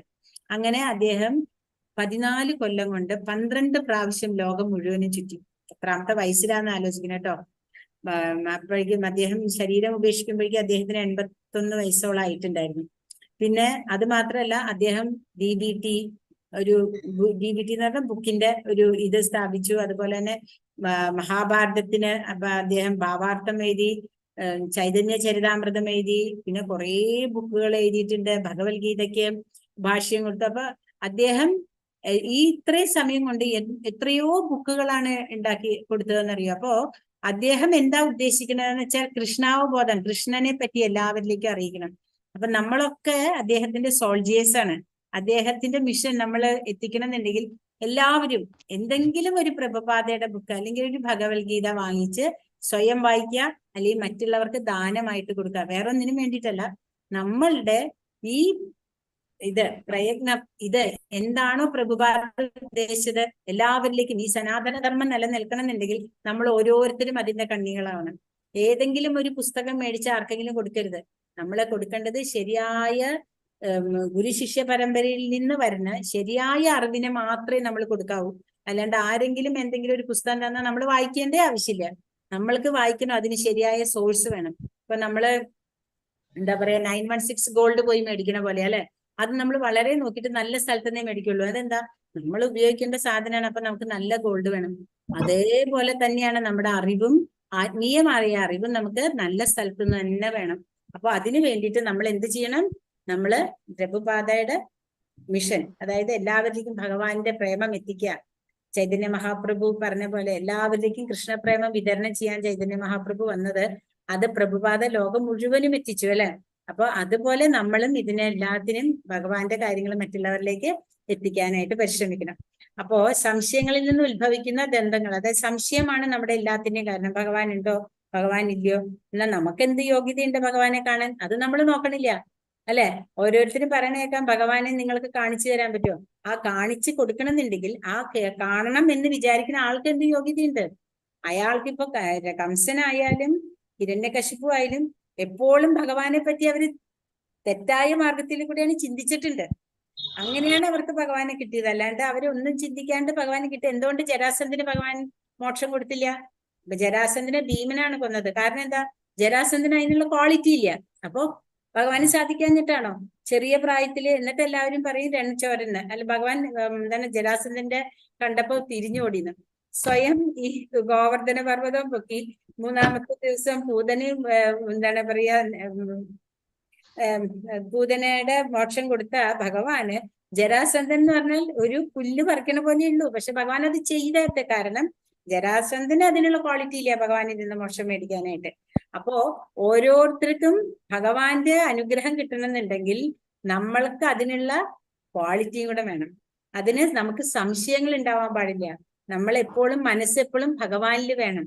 നമ്മുടെ ഓരോ കാര്യങ്ങളും നമ്മൾ ഭഗവാനെ മുൻനിർത്തി ചെയ്താൽ സർവ പാപങ്ങളിൽ നിന്ന് നമുക്ക് മോചനം ലഭിക്കുന്നതായിരിക്കും. ഇനി കാമക്രോധ വിമുക്താനാം യദീനാം യഥചേതസാം അഭിതോ ബ്രഹ്മ നിർവാണം വർത്തതേ വിദിതാത്മനാം. കാമക്രോധങ്ങൾ ഒഴിഞ്ഞ് അച്ചടക്കത്തോടെ പരിപൂർണതയ്ക്ക് വേണ്ടി അനവരതം യജ്ഞിക്കുന്ന ആത്മസാക്ഷാത്കാരം നേടിയവർക്ക് അജിരേണ പരമപദ പ്രാപ്തി സുനിശ്ചിതമാണ്. അതായത് ഭഗവാന് വേണ്ടി യജ്ഞിക്കവരും എല്ലാ തരത്തിലുള്ള നമ്മുടെ ദ്വന്ദ്ങ്ങളിൽ നിന്ന് മുക്തരായി ഭഗവാന് വേണ്ടി മാത്രം കർമ്മങ്ങൾ ചെയ്യുന്നവരെ പറ്റി അവർക്ക് ആത്മസാക്ഷാത്കാരം നേടിയിട്ടുള്ളവര് അവര് പരമപ്രാപ്തി ആവും എന്നുള്ളത് ഭഗവാൻ പറയാണ്. അതായത് എപ്പോഴും ഭഗവാനിൽ മാത്രം മുഴുകിയിരിക്കുന്നവര് തെറ്റണില്ല. അതേസമയം നമ്മൾ എപ്പോഴും യോഗയിലും ധ്യാനത്തിലും ഇരിക്കുന്നവര്, നമുക്ക് വിശ്വാമിത്രന്റെ കഥ അറിയാല്ലേ. വിശ്വാമിത്രൻ വീണുപോയി. അങ്ങനെയാണ് മേനക വന്നിട്ട് ആ ഉള്ള തപശ്ചര്യ മുഴുവനും പോണതാണ്. അപ്പോ ഇവിടെ വേറൊരു കാര്യം കൂടെ ഭഗവാൻ പറഞ്ഞത് എന്താ വെച്ചിട്ടുണ്ടെങ്കിൽ നമ്മൾക്ക് പോലും ഒന്നും അറിയാണ്ട് നമ്മൾ അഷ്ടാംഗ യോഗ പ്രാക്ടീസ് ചെയ്യണ പോലെയാണ്. കാരണം എല്ലാം നമ്മള് ഭഗവാന്റെ കാര്യങ്ങൾ ചെയ്യുമ്പോൾ ആ സമാധി സ്റ്റേജിൽ ഭഗവാനെ നമുക്ക് ഇങ്ങനെ ധ്യാനിക്കാനായിട്ട് സാധിക്കും. ഈ നമ്മുടെ മന്ത്രജപം അതിന് വളരെ അത്യാവശ്യമുള്ള ഒരു കാര്യമാണ്. ഹരേ കൃഷ്ണ മഹാമന്ത്രം ജപിക്കണം, എല്ലാവരും ജപിക്കണം. കാരണം അത് മാത്രമേ നമുക്ക് ഇതിൽ നിന്ന് മുക്തി നേടാനുള്ള ഒരു മാർഗമുള്ളൂ. പിന്നെ ഭോക്താരാം യജ്ഞതപസാം സർവലോകമഹേശ്വരം സുഹൃതം സർവഭൂതാനാം ജ്ഞാത്വാമാം ശാന്തി മൃച്ഛതി. ഇതിനെ ശാന്തി മന്ത്രം എന്ന് കൂടെ പറയും. അതായത് എല്ലാ യജ്ഞങ്ങളുടെയും എല്ലാ തപസ്സുകളുടെയും സർവലോകമഹേശ്വരം അല്ലെ, യജ്ഞങ്ങളുടെയും തപസ്സുകളുടെയും ഭോക്താവും ദേവന്മാരുടെ സർവ്വലോകങ്ങളുടെയും അധിപനും എല്ലാ ജീവജാലങ്ങളുടെയും സുഹൃത്തും അഭ്യുദയകാംക്ഷിയുമാണ് ഞാനെന്ന് മനസ്സിലാക്കിയ തികഞ്ഞ കൃഷ്ണാവബോധമുള്ള വ്യക്തി ഭൗതിക ക്ലേശങ്ങൾ ഒഴിഞ്ഞ് ശാന്തി നേടുന്നു. അതായത് ഭഗവാൻ ഇവിടെ നമ്മളോട് പറയാണ്, ഭഗവാനാണ് കേട്ടോ പറഞ്ഞത്, വേറെ ആരുമല്ല. എല്ലാ യജ്ഞങ്ങളുടെയും എല്ലാ തപസ്സിന്റെയും ഭോക്താവ് ഭഗവാനാണ്. അതായത് എന്താ പറയാ, നമ്മൾ പറയും സർവദേവ നമസ്കാരം കേശവം പ്രതി ഗച്ഛതി. ഏത് ദേവനെ നമ്മൾ നമസ്കരിച്ചാലും അത് എവിടെയാണ് പോവാ? ഭഗവാന്റെ പോവാണ്. അതായത് നമ്മള് മഴ പെയ്ത് മഴ എല്ലായിടത്തും വെള്ളം വീഴും അല്ലെ. ആ വീഴുന്ന വെള്ളം ഏത് നദിയിൽ പതിച്ചാലും അത് അവസാനം എവിടെ പോയി ചേരും? സാഗരത്തിൽ പോയി ചേരും. അതേപോലെ തന്നെ നമ്മൾ ഏത് ഭഗവാനെ നമ്മള് നമസ്കരിച്ചാലും നമ്മൾ അത് എത്തണത് ഭഗവാന്റെ തന്നെയാണ്. അതിനെ മനസ്സിലാക്കിയിട്ട് ഏതാണ് ഭഗവാനാണ് സർവ്വലോകങ്ങളുടെയും അധിപനെന്നും എല്ലാ ജീവജാലങ്ങളുടെയും പരമാത്മ രൂപത്തില് എല്ലാ ജീവശരീരങ്ങളിൽ ഇരിക്കുന്നത് ഭഗവാനാണെന്ന് മനസ്സിലാക്കിയിട്ടുള്ള ഒരാൾക്ക് ഭഗവാൻ ആരാണെന്ന് മനസ്സിലാക്കാനും, അങ്ങനെ മനസ്സിലാക്കി എല്ലാ ജീവജാലങ്ങളും ഭഗവാന്റെ അംശമാണെന്നും ഞാനും അതിൽ പെട്ടതാണെന്നും എനിക്കും എല്ലാവർക്കും വേണ്ടത് ഭഗവാനെയാണെന്നും എന്ന് മനസ്സിലാക്കണു, അയാൾക്ക് എല്ലാ ഭൗതിക ക്ലേശങ്ങളും ഒഴിഞ്ഞിട്ട് ശാന്തി കിട്ടുന്നു. അതാണ് നമ്മൾ ഭഗവാൻ ഇവിടെ പറഞ്ഞു തരുന്നത്. അതായത് ബ്രഹ്മാവിനും വിഷ്ണുവിനും ബ്രഹ്മാവിനും ശിവനും മുകളിലാണ് ഭഗവാന്റെ സ്ഥാനം. ത്വം മഹേശ്വരം സർവലോകാനാം എന്നാണ്. അതായത് ഭഗവാനാണ് ഈശ്വരാണാം പരമേശ്വരൻ എന്നാണ് പറയുന്നത് ശ്വേതാശ്വരോപനിഷത്തില്. ത്വം ഈശ്വരാണാം പരമേശ്വരം, എല്ലാ ഈശ്വരന്റെയും പരമേശ്വരനാണ് ഭഗവാൻ എന്നാണ്. അപ്പോ ഭഗവാൻ അങ്ങനെ ഈ കർമ്മയോഗത്തിൽ പറഞ്ഞു തരികയാണ്, ഭഗവാനുമായിട്ട് കണക്ട് ചെയ്താൽ അങ്ങനെ നമുക്ക് മുക്തി കിട്ടും, നമുക്ക് സമാധാനം കിട്ടും. നമ്മൾ പൂർണ്ണ അധികാരിയായിട്ട് ഭഗവാനോട് കൂടെ നമുക്ക് കർമ്മം ചേർന്ന് യോഗം ചെയ്താല് നമുക്ക് എല്ലാ പ്രവർത്തനങ്ങളും ഭഗവാന് വേണ്ടി ചെയ്യാൻ പറ്റും. അങ്ങനെ ചെയ്താൽ എന്താണ് കിട്ടുന്നത്? ഈ ഭൗതികതയുടെ കെട്ടുപാടുകളിൽ നിന്ന് നമുക്ക് മുന്നോട്ട് പോവാൻ സാധിക്കും. അങ്ങനെ ഭഗവാന് ആരോടും പക്ഷാഭേദമില്ല. ഭഗവാൻ പറഞ്ഞിട്ടുണ്ട്, എനിക്ക് ആരായാലും ഒരു പക്ഷാഭേദമില്ല. ഇപ്പൊ നമ്മൾ അഷ്ടാംഗ യോഗയെ പറ്റിയൊക്കെ കേട്ടിട്ടുണ്ടാവും. ഈ അഷ്ടാംഗ യോഗയുള്ള 8 അംഗങ്ങളും നമുക്ക് ഭഗവാനെ മാത്രം കൃഷ്ണാവബോധത്തിലുള്ള ഭക്തിയുടെ സേവനത്തിൽ നിന്ന് തന്നെ കിട്ടുന്നതാണ്. അത് അങ്ങനെ ഹരേ കൃഷ്ണ. ഇവിടെ നമ്മൾ ഇന്നത്തെ കർമ്മയോഗം എന്ന 5-ാം അധ്യായം സമാപിക്കുന്നു. ഹരേ കൃഷ്ണ കൃഷ്ണ കൃഷ്ണ ഹരേ ഹരേ, ഹരേ രാമ രാമ രാമ ഹരേ ഹരേ. അപ്പൊ നമ്മളെല്ലാവരും ഭഗവാന്റെ നാമസങ്കീർത്തനത്തിന്റെ ഭാഗമായിട്ട് എല്ലാവരും ഭഗവാനെ ജപിക്കുക. പിന്നെ എല്ലാവരും ചെയ്യേണ്ടത്, എല്ലാവരും ആരതി വയ്ക്കണം ഭഗവാന്റെ. ഇന്നലെ നമ്മളൊരു ഫോട്ടോ കാണിച്ചില്ലേ, കൃഷ്ണനെ ഒരലില് കെട്ടിയിട്ടേക്കണത്. ആ ഒരു ഒരലില് കെട്ടിയ കൃഷ്ണന്റെ പാദത്തിൽ 4 പ്രാവശ്യം, വയറിൽ 2 പ്രാവശ്യം, മുഖത്ത് 3 പ്രാവശ്യം, ചുറ്റിയിട്ട് 7 പ്രാവശ്യം. ഇപ്പോ അത്യാവശ്യം ഇന്ന് തന്നെ നിങ്ങൾ തുടങ്ങണം. കാരണം എല്ലാവരുടെ മൊബൈലിലും ഭഗവാൻ ഇങ്ങനെ യശോദ ഇങ്ങനെ കയറിൽ കെട്ടിയ രൂപം, ദാമോദര രൂപം എന്ന് പറഞ്ഞ് ദാമോദര ഭഗവാന്റെ ഫോട്ടോ എന്ന് പറഞ്ഞാൽ കിട്ടും. എന്നിട്ട് ഒരു ചെറിയ കോപ്പി എടുത്തിട്ട് നിങ്ങളൊരു ഫോട്ടോ ഉണ്ടാക്കിയിട്ട് അതിൽ ചെയ്യാനായിട്ട് ശ്രമിക്കണം. അതിന്റെ ഫോട്ടോ ഒക്കെ രേണുമാതാജി ഷെയർ ചെയ്യും.